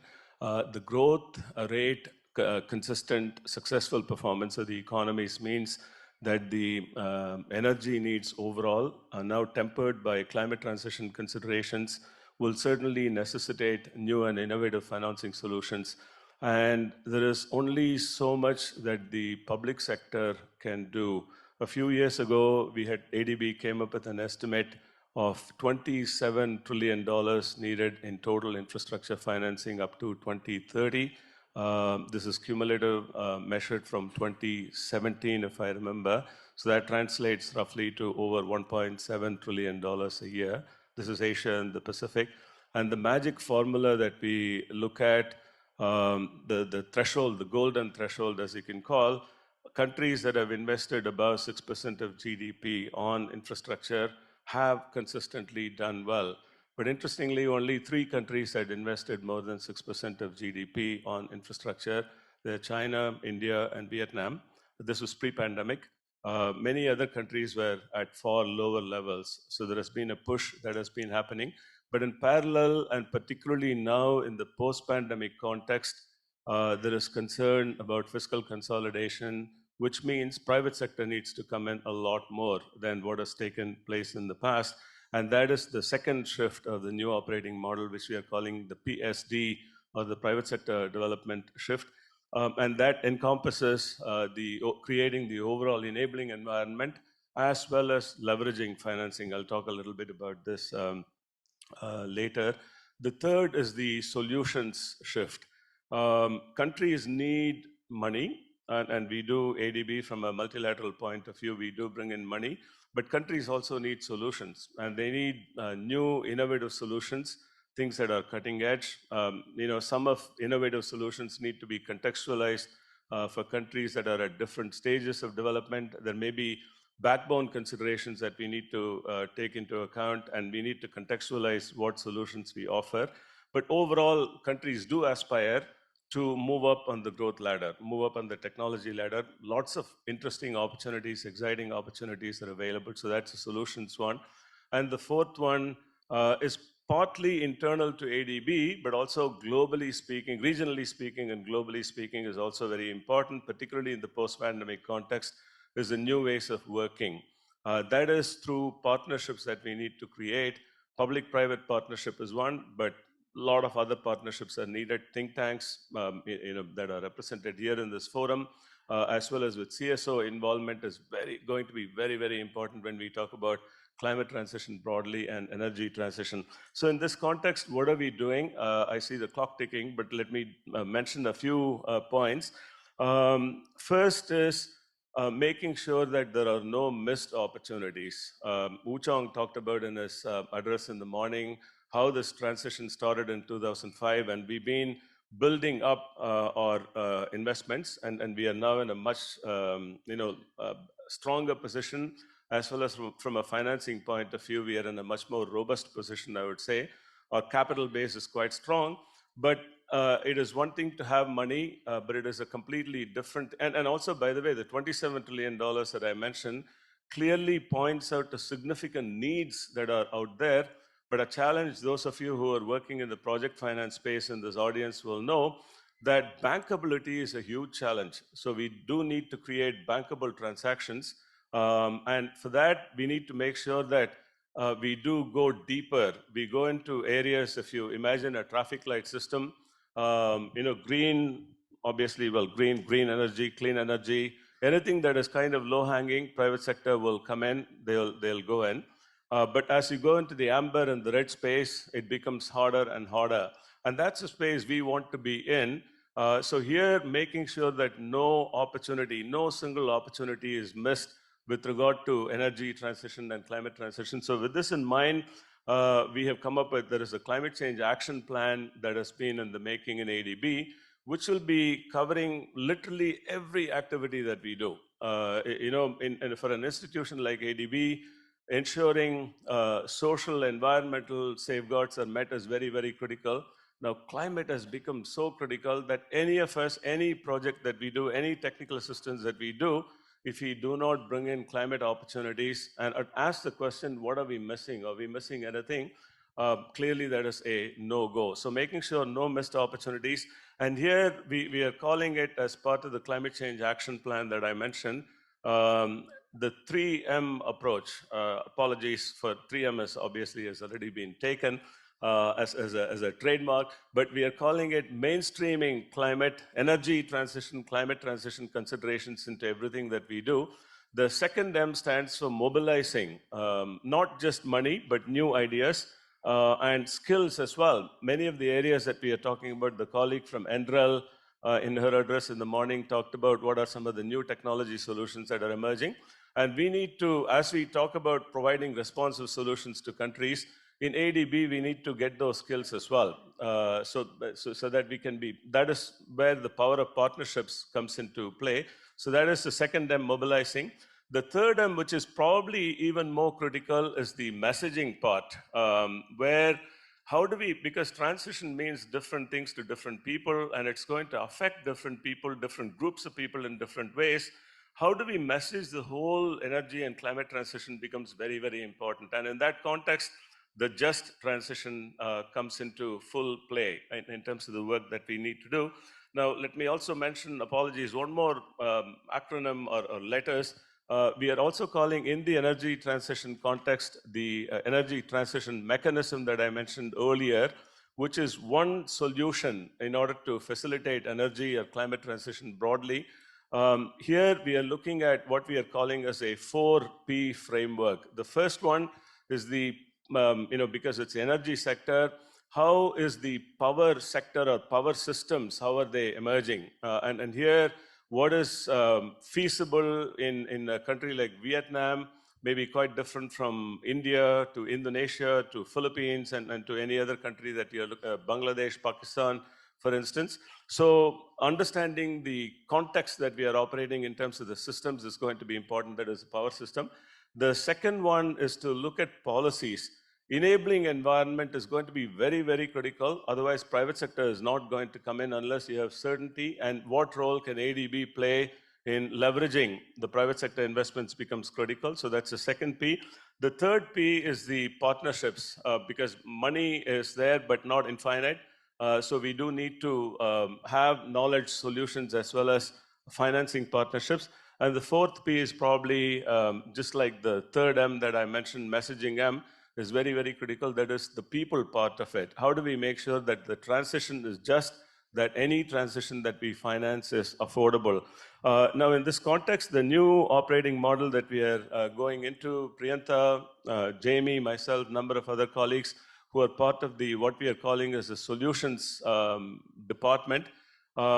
No sector, we are talking about energy, ASF here, but energy is so cross-cutting, climate is so cross-cutting. We have in ADB classification 7 sectors. You take any sector, energy needs to find place in it. And what we are doing is in each of the sectors, we are setting up a team that will look at emerging areas, emerging solutions, particularly focused on new technology solutions that are emerging, as well as new financing, new innovative financing options that are emerging. ETM is one, the IFCAP, the Innovative Finance Facility for Climate Action in the Asia and Pacific is the second one. There are many others that are emerging. We've had a climate innovation partnership done exclusively with philanthropic contributions coming in, supporting particularly to start with in India and Vietnam. And we are building on it to mobilize significant resources. And this is going to be, in each of the sectors, there will be the focus on new solutions, new technology, as well as new money solutions. And finally, last one I'll mention, as part of the transition to the new operating model, we are bringing in significant staff resources, including particularly at the senior staff level, to manage the overall energy transition initiatives, as well as the Just Energy Transition Partnership, which is now being set up in many countries, particularly in Indonesia and Vietnam, building on the South Africa model. Later I can respond to cover some of the other points, Priyantha. Thank you. Thank you very much, Ramesh, for quite an elaborate answer to my question. In fact, more or less touching on the my other question. Now, we have had quite a few different clean energy deployment initiatives from time to time in the last 10-15 years, of course, in different forms. Now, of course, we cannot go on with the same kind of initiatives all the time. In fact, Ramesh very clearly elaborated what we are doing differently now in our institution. So let me bring in Rehana. From your viewpoint, what we have to do differently, particularly from the social inclusion, gender angle, and from your viewpoint. Thank you. Well, I think it's both a question of looking at doing things differently in terms of innovation, and I think the clean energy transition really does provide opportunities for innovation, important opportunities in terms of addressing gender equality and social inclusion challenges. But I think it's also building on the things that we have done too. I know there have been in the development area agencies who have been looking at the linkages between gender, social inclusion, and infrastructure, including energy, and there have been some serious attempts made, drawing from rural electrification to some of the preliminary renewable energy programs. And I think there are some important lessons here that we can draw and learn from and build on to tap into the opportunities that are presented by the clean energy transition, so that it is a genuinely just transition and a just energy transition. Because sometimes this whole concept of the just transition is, it sort of floats there, and it sort of tends to be rather conceptual as well. And I think we need to find ways of grounding this in applications. And part of grounding it in applications is to draw the lessons. At the same time, how do we do things differently? And what are some of the innovations involved? And looking at some of the opportunities of the clean energy transition, technology is important, It does, and technological innovation is important. It does provide us or enable gender equality and social inclusion outcomes, but there is no technological fix to these complex challenges, social challenges. However, in the clean energy transition, there are opportunities, I think, related to distributed generation, for example. Distributed generation, distributed energy resources. This is important to increase the capacity of renewable energy in the system. And this provides opportunities for demand-side participation, for end-user participation, for consumer participation in power systems themselves and in energy markets as well. And I think that has important implications for gender equality and social inclusion. We have seen some elements of that in some of the standalone solar PV systems or little hybrid, under 1 megawatt hybrid RE systems in rural electrification. But here we're looking at it on a much larger scale, integrating it right across this clean energy transition in the energy sector. But again, there's nothing automatic about it. We have to target this. We have to target it towards the participation of women. We have to target it towards the participation of vulnerable groups, young people, and so on. And that's important, and that involves raising awareness about the opportunities. It involves skills training, capacity development, and so many other things that just don't come to mind at the moment. But I think, you know, and these are things that we have done in the energy sector as well. But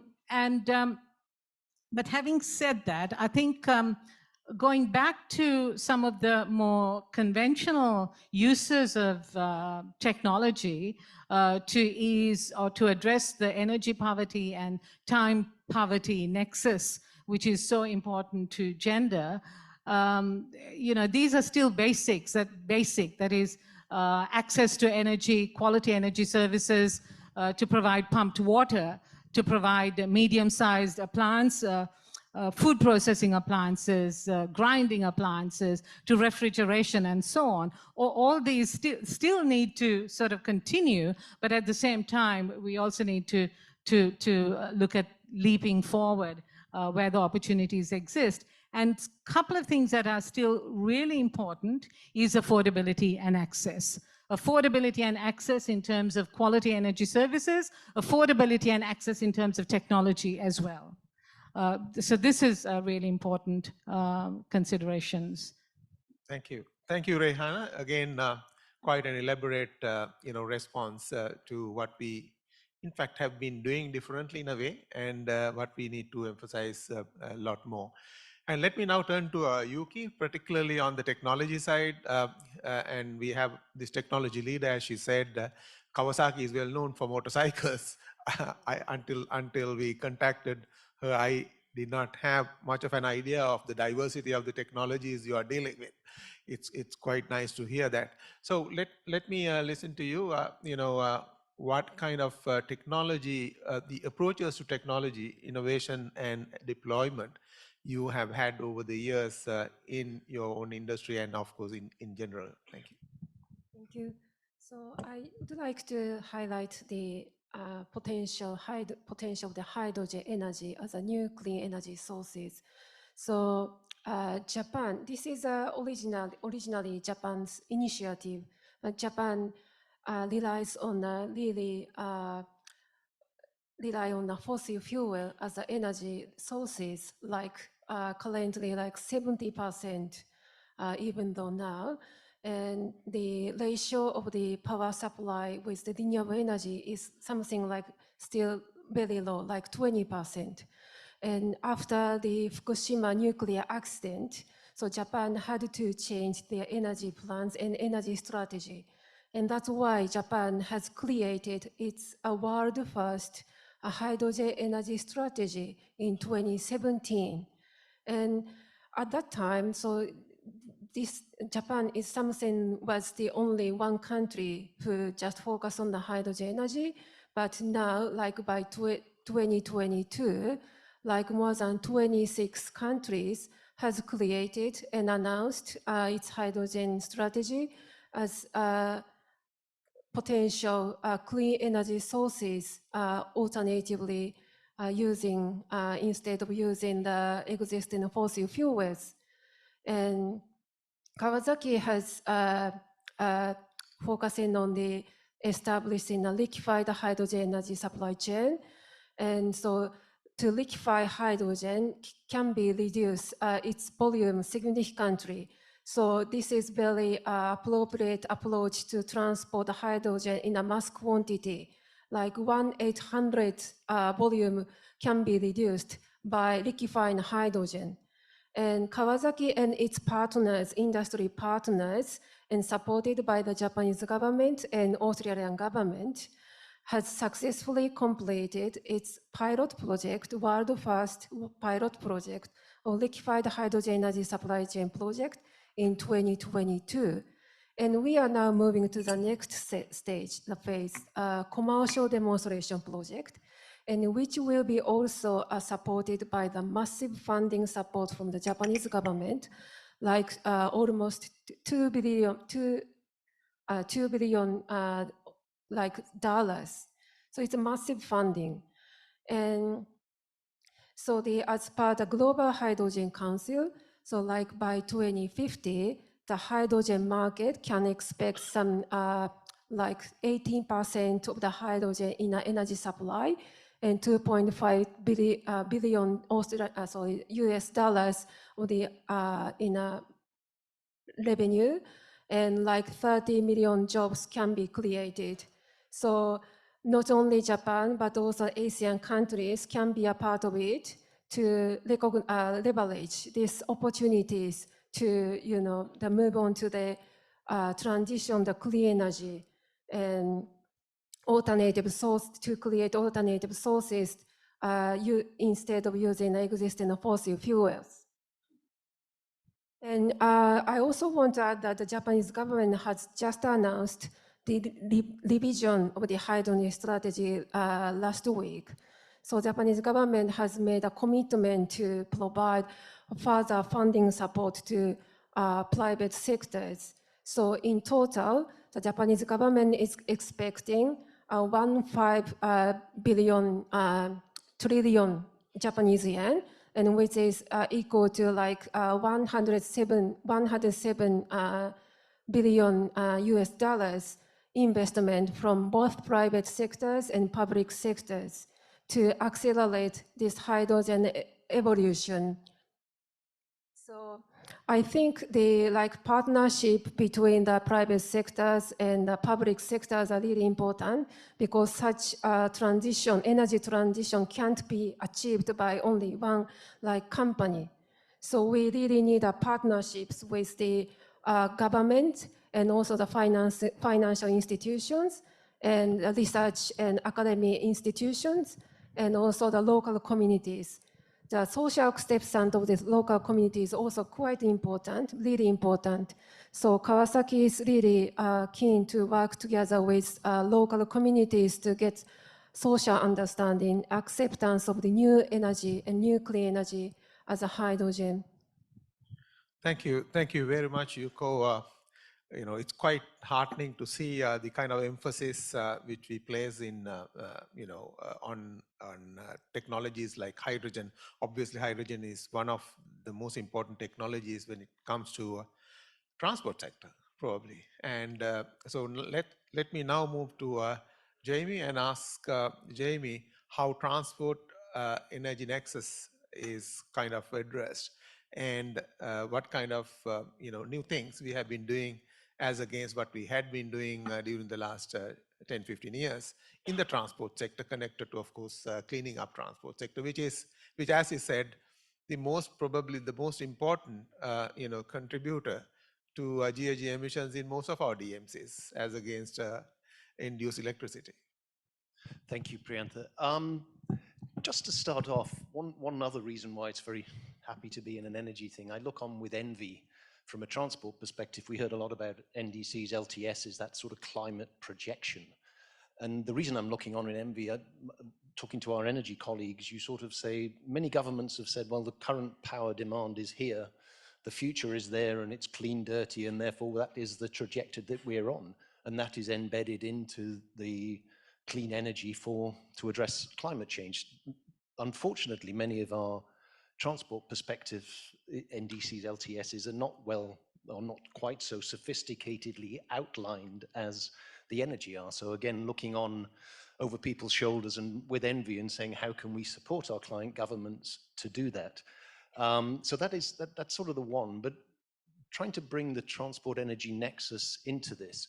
If we were to magically click our fingers and suddenly the transport sector was zero emissions, we heard from the IEA earlier, it's roughly around 25% more energy would be required to be able to power zero emission transport.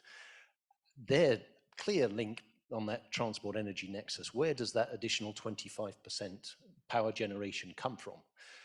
And is it obviously it's not tomorrow, because unfortunately we can't click our fingers and the transport sector is net zero, but what do we have to achieve when and over what time horizons?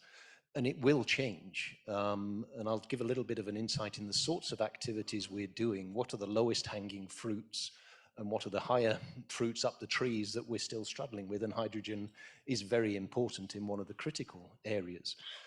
At the lowest level, e-vehicles are now catching on, and a staggering statistic, we estimate, and unfortunately have to have a few caveats here because the data is not as clean as we would like for vehicle registrations, but our estimates at the Asian Development Bank are that 97% of worldwide electric vehicles are in the Asia region. Now, this is because they're primarily two-wheelers and three-wheelers.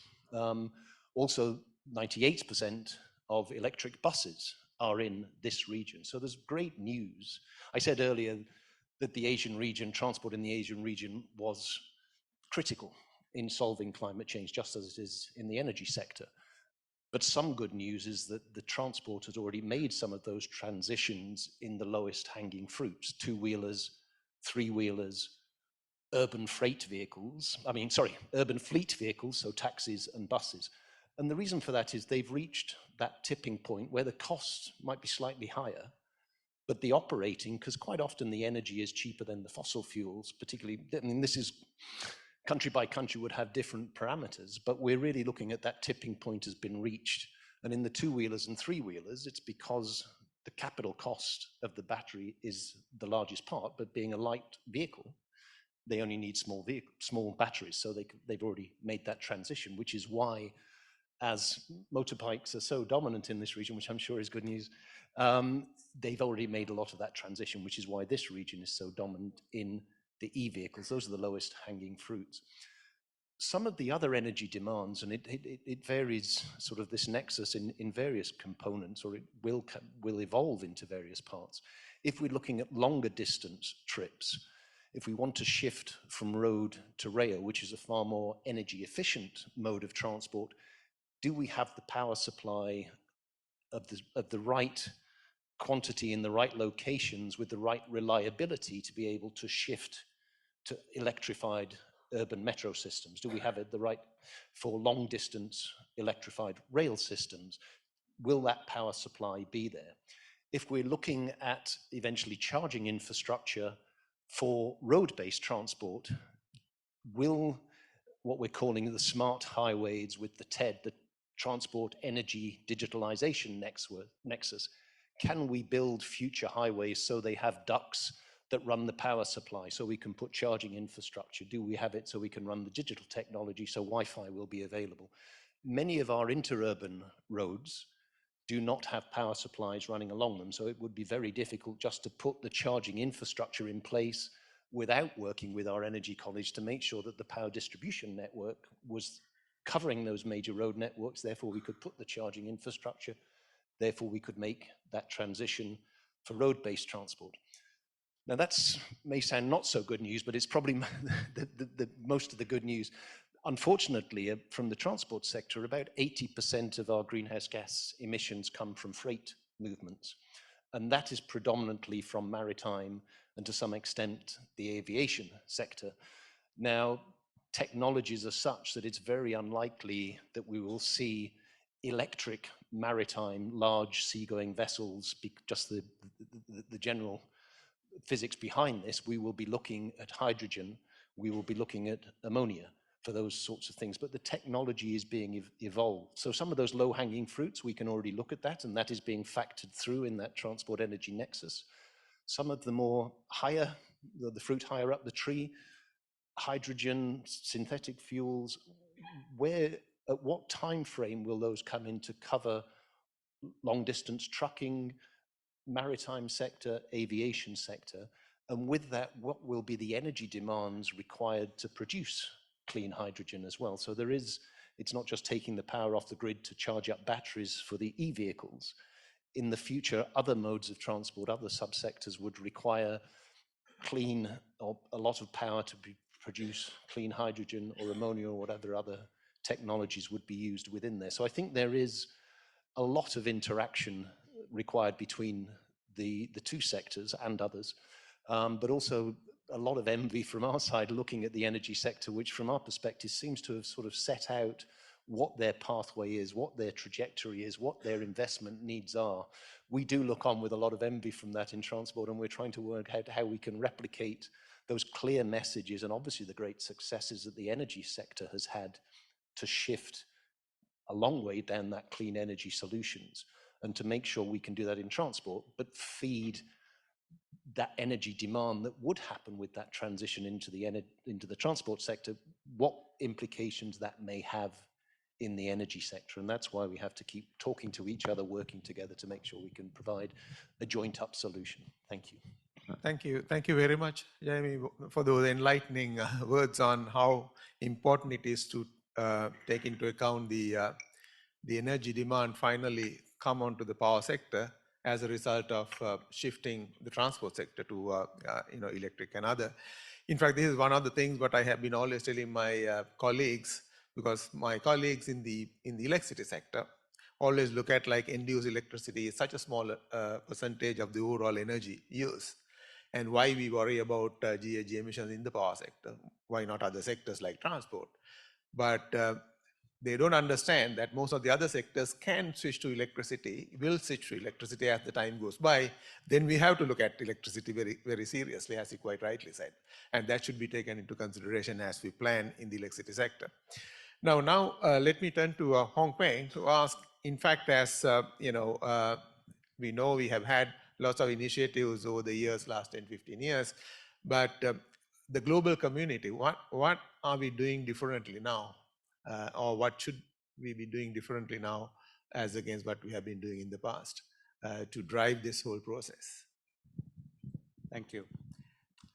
If you look at the global development, the overall picture, 10, 15 years, we talk more on Millennium Development Goals. There are 8 targets, but energy related, to almost all of it, but energy was not part of the target. But since 2015, the new 2030 Agenda for Sustainable Development, which include energy as one of the 17th target.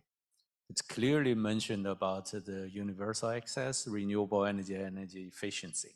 So I can see these kind of changes at the policy level. And also, if you look at from these kind of discussions, as I mentioned earlier, energy access and the true energy transition, especially renewable energy at the center of this energy transition, to describe multiple transitions in the energy sector towards sustainability. I think low carbon and carbon neutral is also the key, the ultimate goal for this energy transition.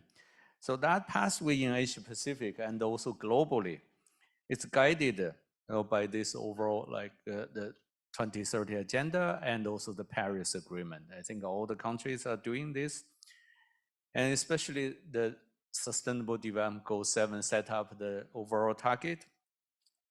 That also, come up with the net zero emissions by 2050, which is, although it's a voluntary target, but still the country, when they do this, they think about their energy strategy plans and technology and the investment needs up to the 2050s in a systematic way. So I really think the changes is you can see from the global level to the country level, even to the local level. More and more government to talk about the sustainable development and towards this kind of 2030, 2050 target. And by 2022, based on our studies, we found there were 39 countries in Asia Pacific already committed to net zero emissions. And globally, there are about 90 countries. So I think from Asia Pacific, it's really committed ourselves those achieving carbon neutrality on net zero CO2 emissions, or some countries just say net zero kind of greenhouse gas emissions by 2050. So to support their carbon neutrality target, I really think the most countries already plan to use the natural-based solutions and to discuss and to protect, manage, and restore ecosystems, to also increase carbon storage and avoid the greenhouse gas emissions. Clean energy actually plays a very important role.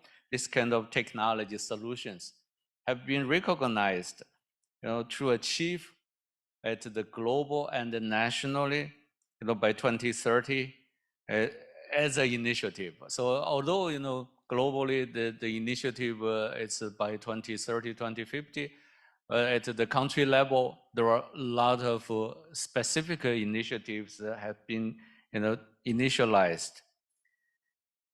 The Just Energy Transition Partnerships, I think the previous guest speakers also mentioned, that are the recent development at the global level and the regional level. I see in this, like in Asia and Pacific, we have Indonesia and Vietnam already officially launched this Just Energy Transition together with international development partners.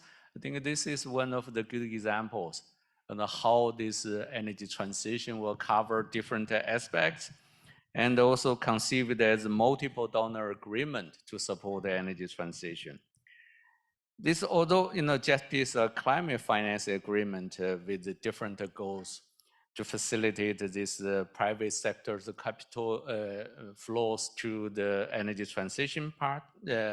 But at the global level, if you look at this year will be very important, and to review the progress, because from 2015 to 2030, now we are in the middle point to review the progress for SDG 7. At the global level in July and in September during the high-level political forum and during the General Assembly, there are a number of initiatives to review the progress at the global level and also at the regional level. And also later this year, the Secretary General of UN will also call a Climate Ambition Summit. That's also called reflect the global commitment to achieve the net zero emissions by 2050. I really think that kind of global initiative will have an impact at the regional level and the local level.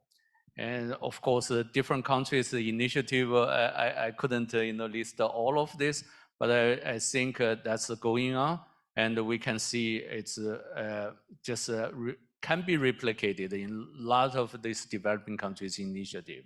Thank you. Thank you very much, Hong Peng, for those thoughts, particularly from the global community's viewpoint. Let me now turn to Ramesh. In fact, of course, he touched upon the kind of changes we have been going through within ADB in the overall context. And if you now, obviously, as he quite rightly said, climate agenda is more or less at the center of our operations. And you have been in ADB for quite a long time. You mentioned over 25, 26 years or so. And from your experience, what has changed since your early times to now and particularly in the context of addressing the central theme, which is climate agenda. Thank you, Priyanta. I would say a lot has changed. In fact, I'm the same age as ADB, so when I joined, it was kind of there at that. So lots of things have changed. Before I go into that, with your permission, I'll just pick up on what Rihanna said to echo, to underscore. We need to make just transition, we need to give it a proper grounding. It should not just be floating out there, which is very, very critical. So for this, we need to understand any opportunity that we identify, we need to kind of do a, for lack of a better word, I would say, do a full value chain analysis in terms of what kind of changes are we talking about and what kind of impacts it'll have on different segments of the population, broadly defined. So in the energy transition mechanism, the ETM as a facility, that concept, we are looking at three things. One is, what is the overall energy security consideration? Because that's very, very critical. You can talk about change, but unless you have alternatives identified, it's certainly going to have huge impacts on the whole economy, even at the regional level. The second is, what kind of money are we talking about? What kind of cost considerations are we talking about? And the third is the impact it'll have on carbon, because clearly we are doing this to decarbonize. And what impact, relative impact it's going to have. So just taking as a segue from there, I think in terms of what has changed in ADB, this whole solutions shift. A few years ago, at the height of the pandemic, when we convened a panel of all the ASEAN finance ministers, the former Secretary of Finance of the Philippines said something that kind of stuck on to me, that look, the world keeps facing new problems. And pandemic obviously was a humongous problem that the world faced. So we need new solutions. We cannot use old solutions, old technology, old things that have been there. So clearly that, and if we broaden that, what does that mean? We need to put new knowledge out for our countries, and capacity building, awareness, but along with also advocacy is going to be very, very critical when we talk about transition, climate transition broadly, or energy transition particularly. And here, in the ADB context, we are trying to bring about a paradigm shift that decarbonization is development. Now, it's a journey that we need to take, and again, different countries are going to be placed in different stages, but ultimately we need to push the region towards decarbonization. And how do we achieve that? What kind of new knowledge, new solutions that we create? And here, ADB's, ADB's DNA is the Regional Cooperation and Integration Platform, that, or RCI, that we have created, and we have different sub-regional cooperation programs where energy cooperation has been a critical part. And if we broaden it and look at regional public goods or global public goods, now climate is becoming very, very important as a key driver for change, key driver for cooperation. And what kind of new knowledge, new solutions we can offer has become important and will be even more important. I'll just give a couple of data points. It's for an institution like ADB, for any of the private sector or think tanks or government, obviously, you do need to ground your investments with good assessments. That we do, sector assessments that we do in every country. But what is important is moving beyond the sector assessments. When we are talking about new things, we need to convince policymakers that there is value for money in what they're doing. Otherwise, they're not going to be accepting the solutions that we offer. How do we create that value for money in a life cycle construct is going to be very, very important. And in that regard, I think there are many energy colleagues from ADB here. Priyanta, yourself, having been the sector chief for many years, the deeper dives that we have done, we are now quickly learning that those deeper dives are not enough. We need to do more. In fact, even within ADB, private sector colleagues are coming and asking us, can you do even further deeper diagnostics? I'll just give a few data points. This is also picking up on what Jamie said in terms of what potential we have in transport sector. In fact, actually, because of the potential, as well as because of the pressure points coming onto us, that transport cannot be business as usual. In fact, in the new operating model, we have set up 3 teams that will be looking at emerging areas. Jamie, overall, looking at strategy in terms of how transport sector should reposition itself.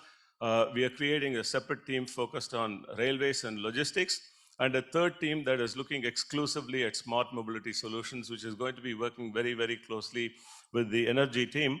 Now, this is a study that we did just a couple of months back. I used to be in Southeast Asia department, so the study is, was focused on Southeast Asia. Take solar PV. Thailand and Vietnam, Malaysia, 3 countries, they already contribute up to about 10% of the world's solar PV cells output. Now, if you bring in China and others and so on, it's huge.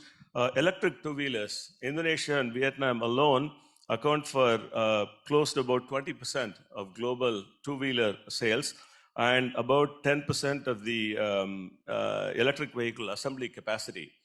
So huge potential that is out there. Again, if you bring in larger countries, you have larger potential, larger markets you're talking about.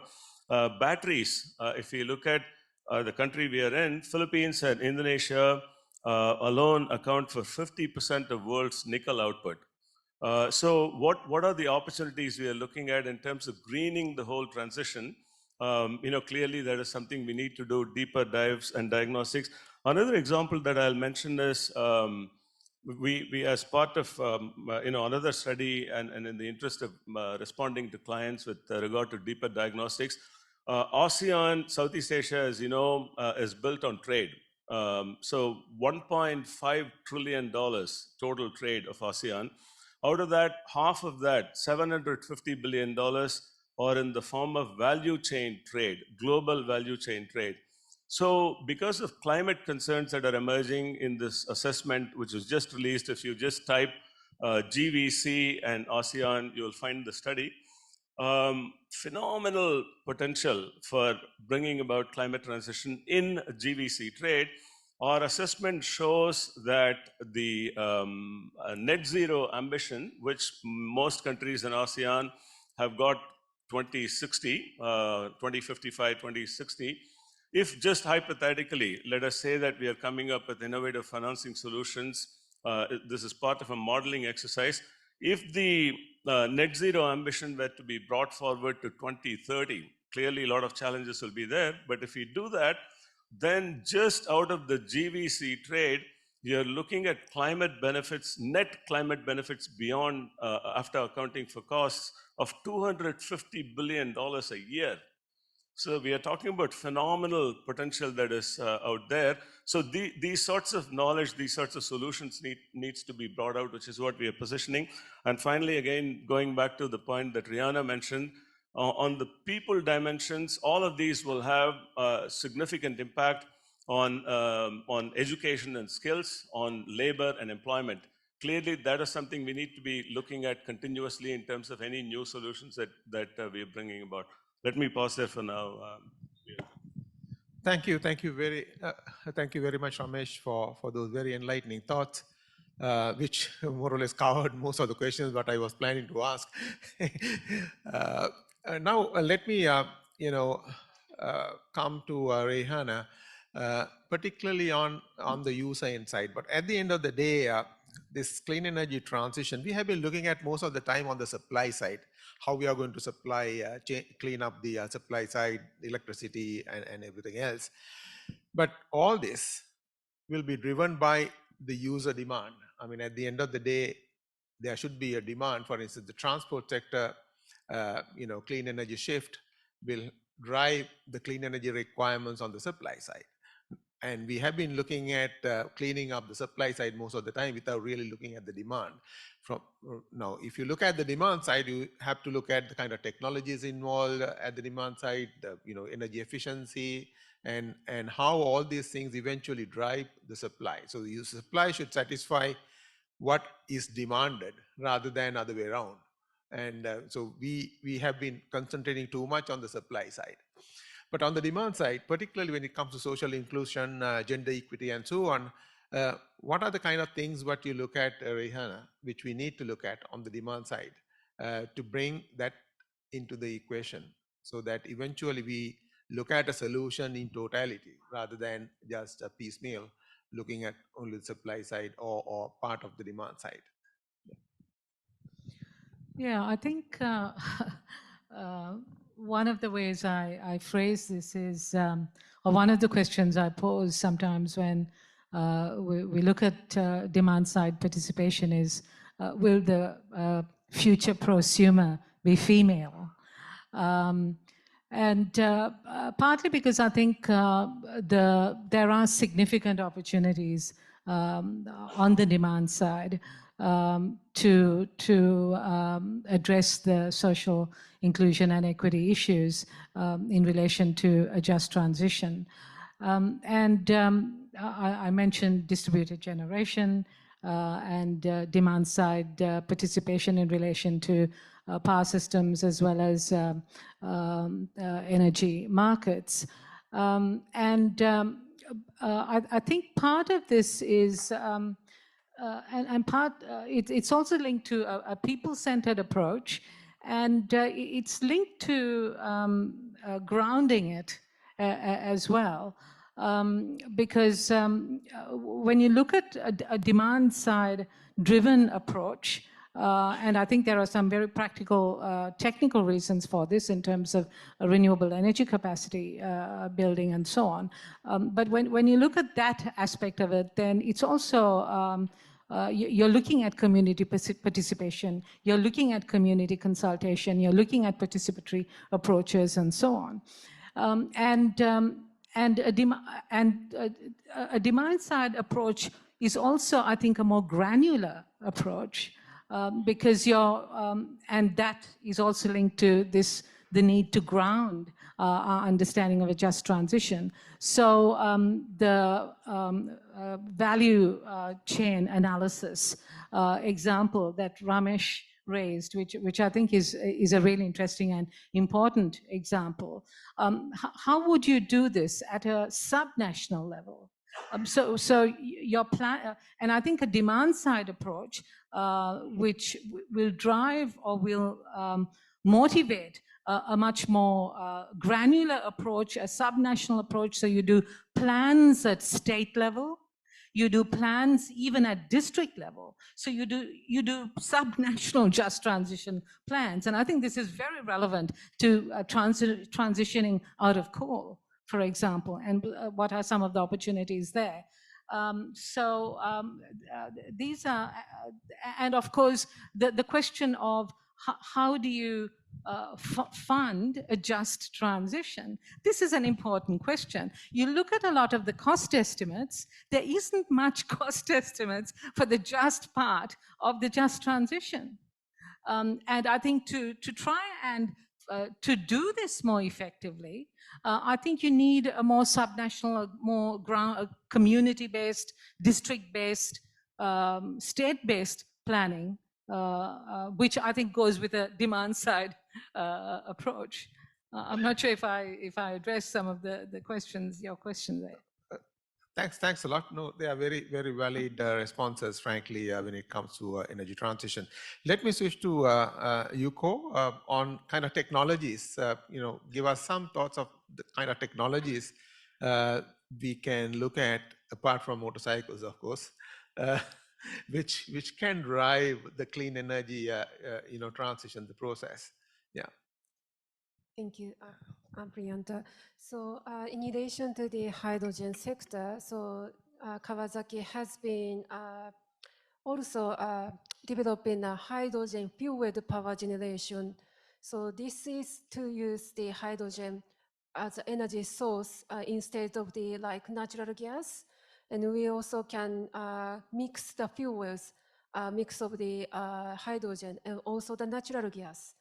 And because the in Japan, the CO2 emission, nation CO2 emissions, 40% of the nation's CO2 emissions is from the power generation sector. And that's why this is one of the very critical agendas for the country to reduce emissions. And Japanese government, and also as Leihana mentioned earlier, the Kawasaki has been working together with the Japanese government, and so also the local prefecture government worked together to develop and demonstrate a hydrogen-fueled power generation demonstration test in a Kobe city in Japan. And we successfully completed the power generation using hydrogen energy. And actually, we could supply heat and hot water to public public sectors like hospitals and some conference halls and schools and some public buildings. We could successfully supply heat and hot waters. So I think this is one example where the government and industry partners and also the local government can work together to deploy and stimulate the new energy demand. And also the Japanese government has now just announced some support scheme to the filling the price gap between the existing fossil fuels and also the like clean energy like hydrogen and renewable energy and ammonia. So this also could stimulate and accelerate the demand creation. And also, I'm talking about the hydrogen, but I also want to add that in Japan, so we already currently have more than 100 hydrogen fueling stations to fuel fuel cell vehicles using hydrogen. And most of the stations can be supplied by liquefied hydrogen. So I think the liquefied hydrogen site can accelerate to split the hydrogen demand. And so the people and the community can use the fuel cell vehicles fueled by hydrogen. And so such infrastructure is really important to create further demand and also accelerate such a nuclear energy demand, even though we're still facing challenges to fill in the gap between the existing fossil fuels and like clean energy like renewables and hydrogen, ammonia. Thank you very much. Yuko, just a follow-up question. Is a major portion of that hydrogen coming from green energy sources, or is it green hydrogen? Or Thank you for asking. So Japan is now Japan now just accept the very agnostic approach to as a way to produce hydrogen. So for example, so Japanese government accept like blue hydrogen combined with carbon capture and storage solution. So we understand it is very critical to quickly move to this clean energy transition. So without any, we can't lose, and we can't lose any scale and this space to move to the clean energy transition.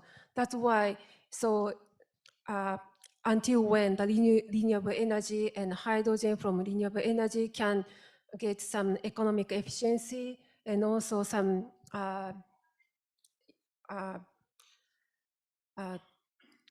economic efficiency and also the supply the high energy as stimulate manner. So the Japanese government currently accept the variety of the hydrogen production and also support the massive funding support to the various options to the production. Thank you very much, Yuko. Let me ask Jamie some thoughts on the cleaning up of the transport sector. Apart from making everything electric, what are your thoughts on marine transport and aviation, for instance, and because most of our energy community may not be aware of what's going on in the transport sector. For instance, I myself am not as updated.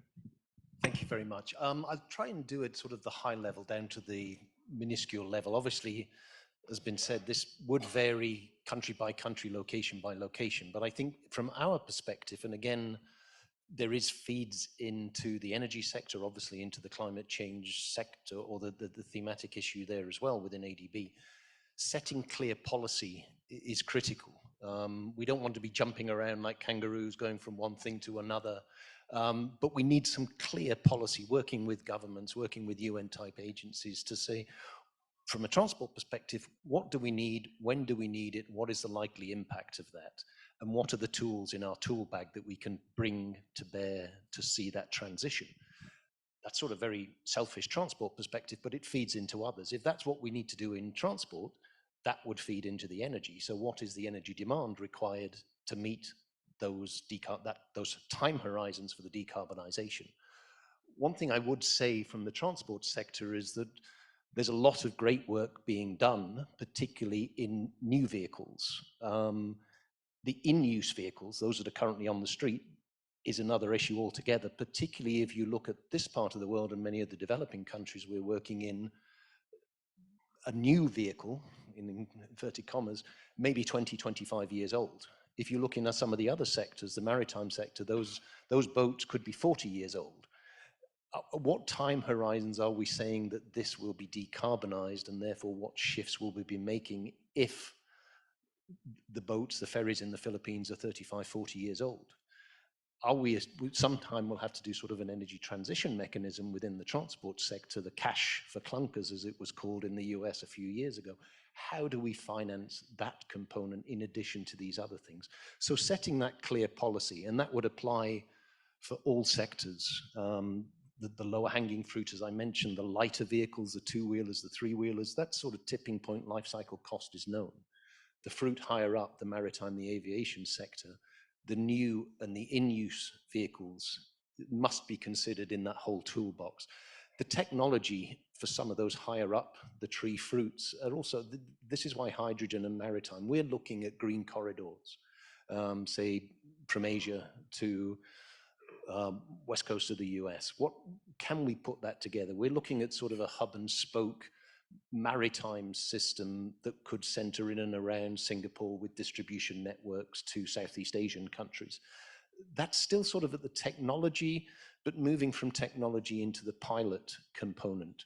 From an ADB perspective, if I may sort of sing our own praises a little bit here, we have done considerable support for e-mobility, because those are the ones that are now can be mainstreamed or piloted and factored up. Just to pick on a couple, and a lot of these are from our private sector side. Work with the sovereign, our governments in setting that clear policy, work with our technology and the academia on what are the technological advances.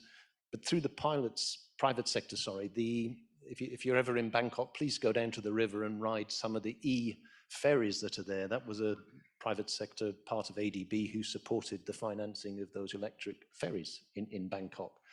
Sort of at another extreme, still in the maritime sector, we were piloting e-fishing boats in the Philippines and Indonesia. So these are small bankers, which is a single person fishing going out along the coastal thing. Those technologies aren't mainstreamed, but all of these components have to be thought and factored up. On the major maritime, we're still looking at hydrogen or ammonia as being, it's not a sort of VHS Betamax, if you are that old like me to sort of see which one is going to win, but a lot of those technologies are still under consideration for which would be the most suitable in the future and the individual will have a key role to play, whether that's a person wanting to buy a family vehicle or whether that is a company that's looking at purchasing fleets. You will make that transition based on the business case and the life cycle cost analysis. Inevitably, cleaner vehicles are, at the moment, slightly higher in cost, capital cost, purchase cost, but slightly lower in operating cost. Once the whole life cycle cost is brought in, then you're seeing that it's sort of a no-brainer. People should be buying and using electric vehicles in urban areas in Asia. But it's that initial outlay that's such an issue, and particularly say we're here in the Philippines, so if the jeepney drivers need to make that transition, where are they going to find the capital for a $10,000–15,000 vehicle? Where is the financing mechanisms in there? And I think that is going going back to sort of that transition in where ADB can provide support to our client governments, both public and private sector, setting clear policy, working with our broader development community and academia and research. What are the significant technologies that we can build up, pilot and build up, and where can we mainstream those and provide that financing? Again, from a transport perspective, learning a lot from our energy colleagues in terms of the work that the very good work they've been doing over the last 15 years, and hopefully we can replicate that, because we are some way behind in terms of the sector's needs and certainly in terms of the sector's trajectory in terms of climate emissions. It's starting to tip, but it's nowhere near tipping as fast as the energy sector is. So we're still learning from you guys. Thank you. Thank you very much, Amy. That's very interesting and giving that transport perspective, sector perspective. And I think we are almost coming to the end of the panel discussion. Let me request each of the panelists to give us a 1-minute parting thought for the audience to take away from this particular panel discussion, starting with Hong Peng. I think this is a very informative discussion, a lot of new things. If I want to say, I think the carbon neutral future is within reach. So long we have to work together, and also especially pay particular attention for those vulnerable countries and vulnerable groups, and more capacity building and technical support, and also financing for those countries is necessary to achieve this goal. Thank you. Thank you, Hong Peng. Rehana? Yeah, I think it's been a very useful panel discussion. And I think there's a lot of thinking that we still need to do in this space as we move forward on this just transition and a just energy transition. And we need to find opportunities to get together and discuss as much as possible. And in terms of knowledge, I think universities have a special role to play here. I'm not quite sure whether we are doing enough, actually, in terms of some of the research work on this just energy transition, especially from a social perspective. And perhaps we need to be put under a bit more pressure to deliver in our research programs on these lines. Thank you. Over to you, Yuko. Thank you for your time, and I just echoed my previous panelists' thoughts and observations. It's really informative and productive discussion. And just in the end, I want to just add that I wanted to mention a new project taken by Kawasaki and the Philippine experienced industry partners. So Kawasaki and Avoitis Power and Amber Kinetics and one more Japanese company just have entered into a MOU to just cooperate, work together in a new project to advance the development of the flywheel energy storage system with the virtual synchronous generator. It's something a very technical terminology. Apologies. So the Philippines is comprising of many islands and the microgrids across the country. So as the country is using much more renewable energy, the power supply, the frequency of the power system, as well as the power supply, stabilizing the power supply is a very critical issue. So this Kawasaki's unique technology can be contributed to the solution for this issue.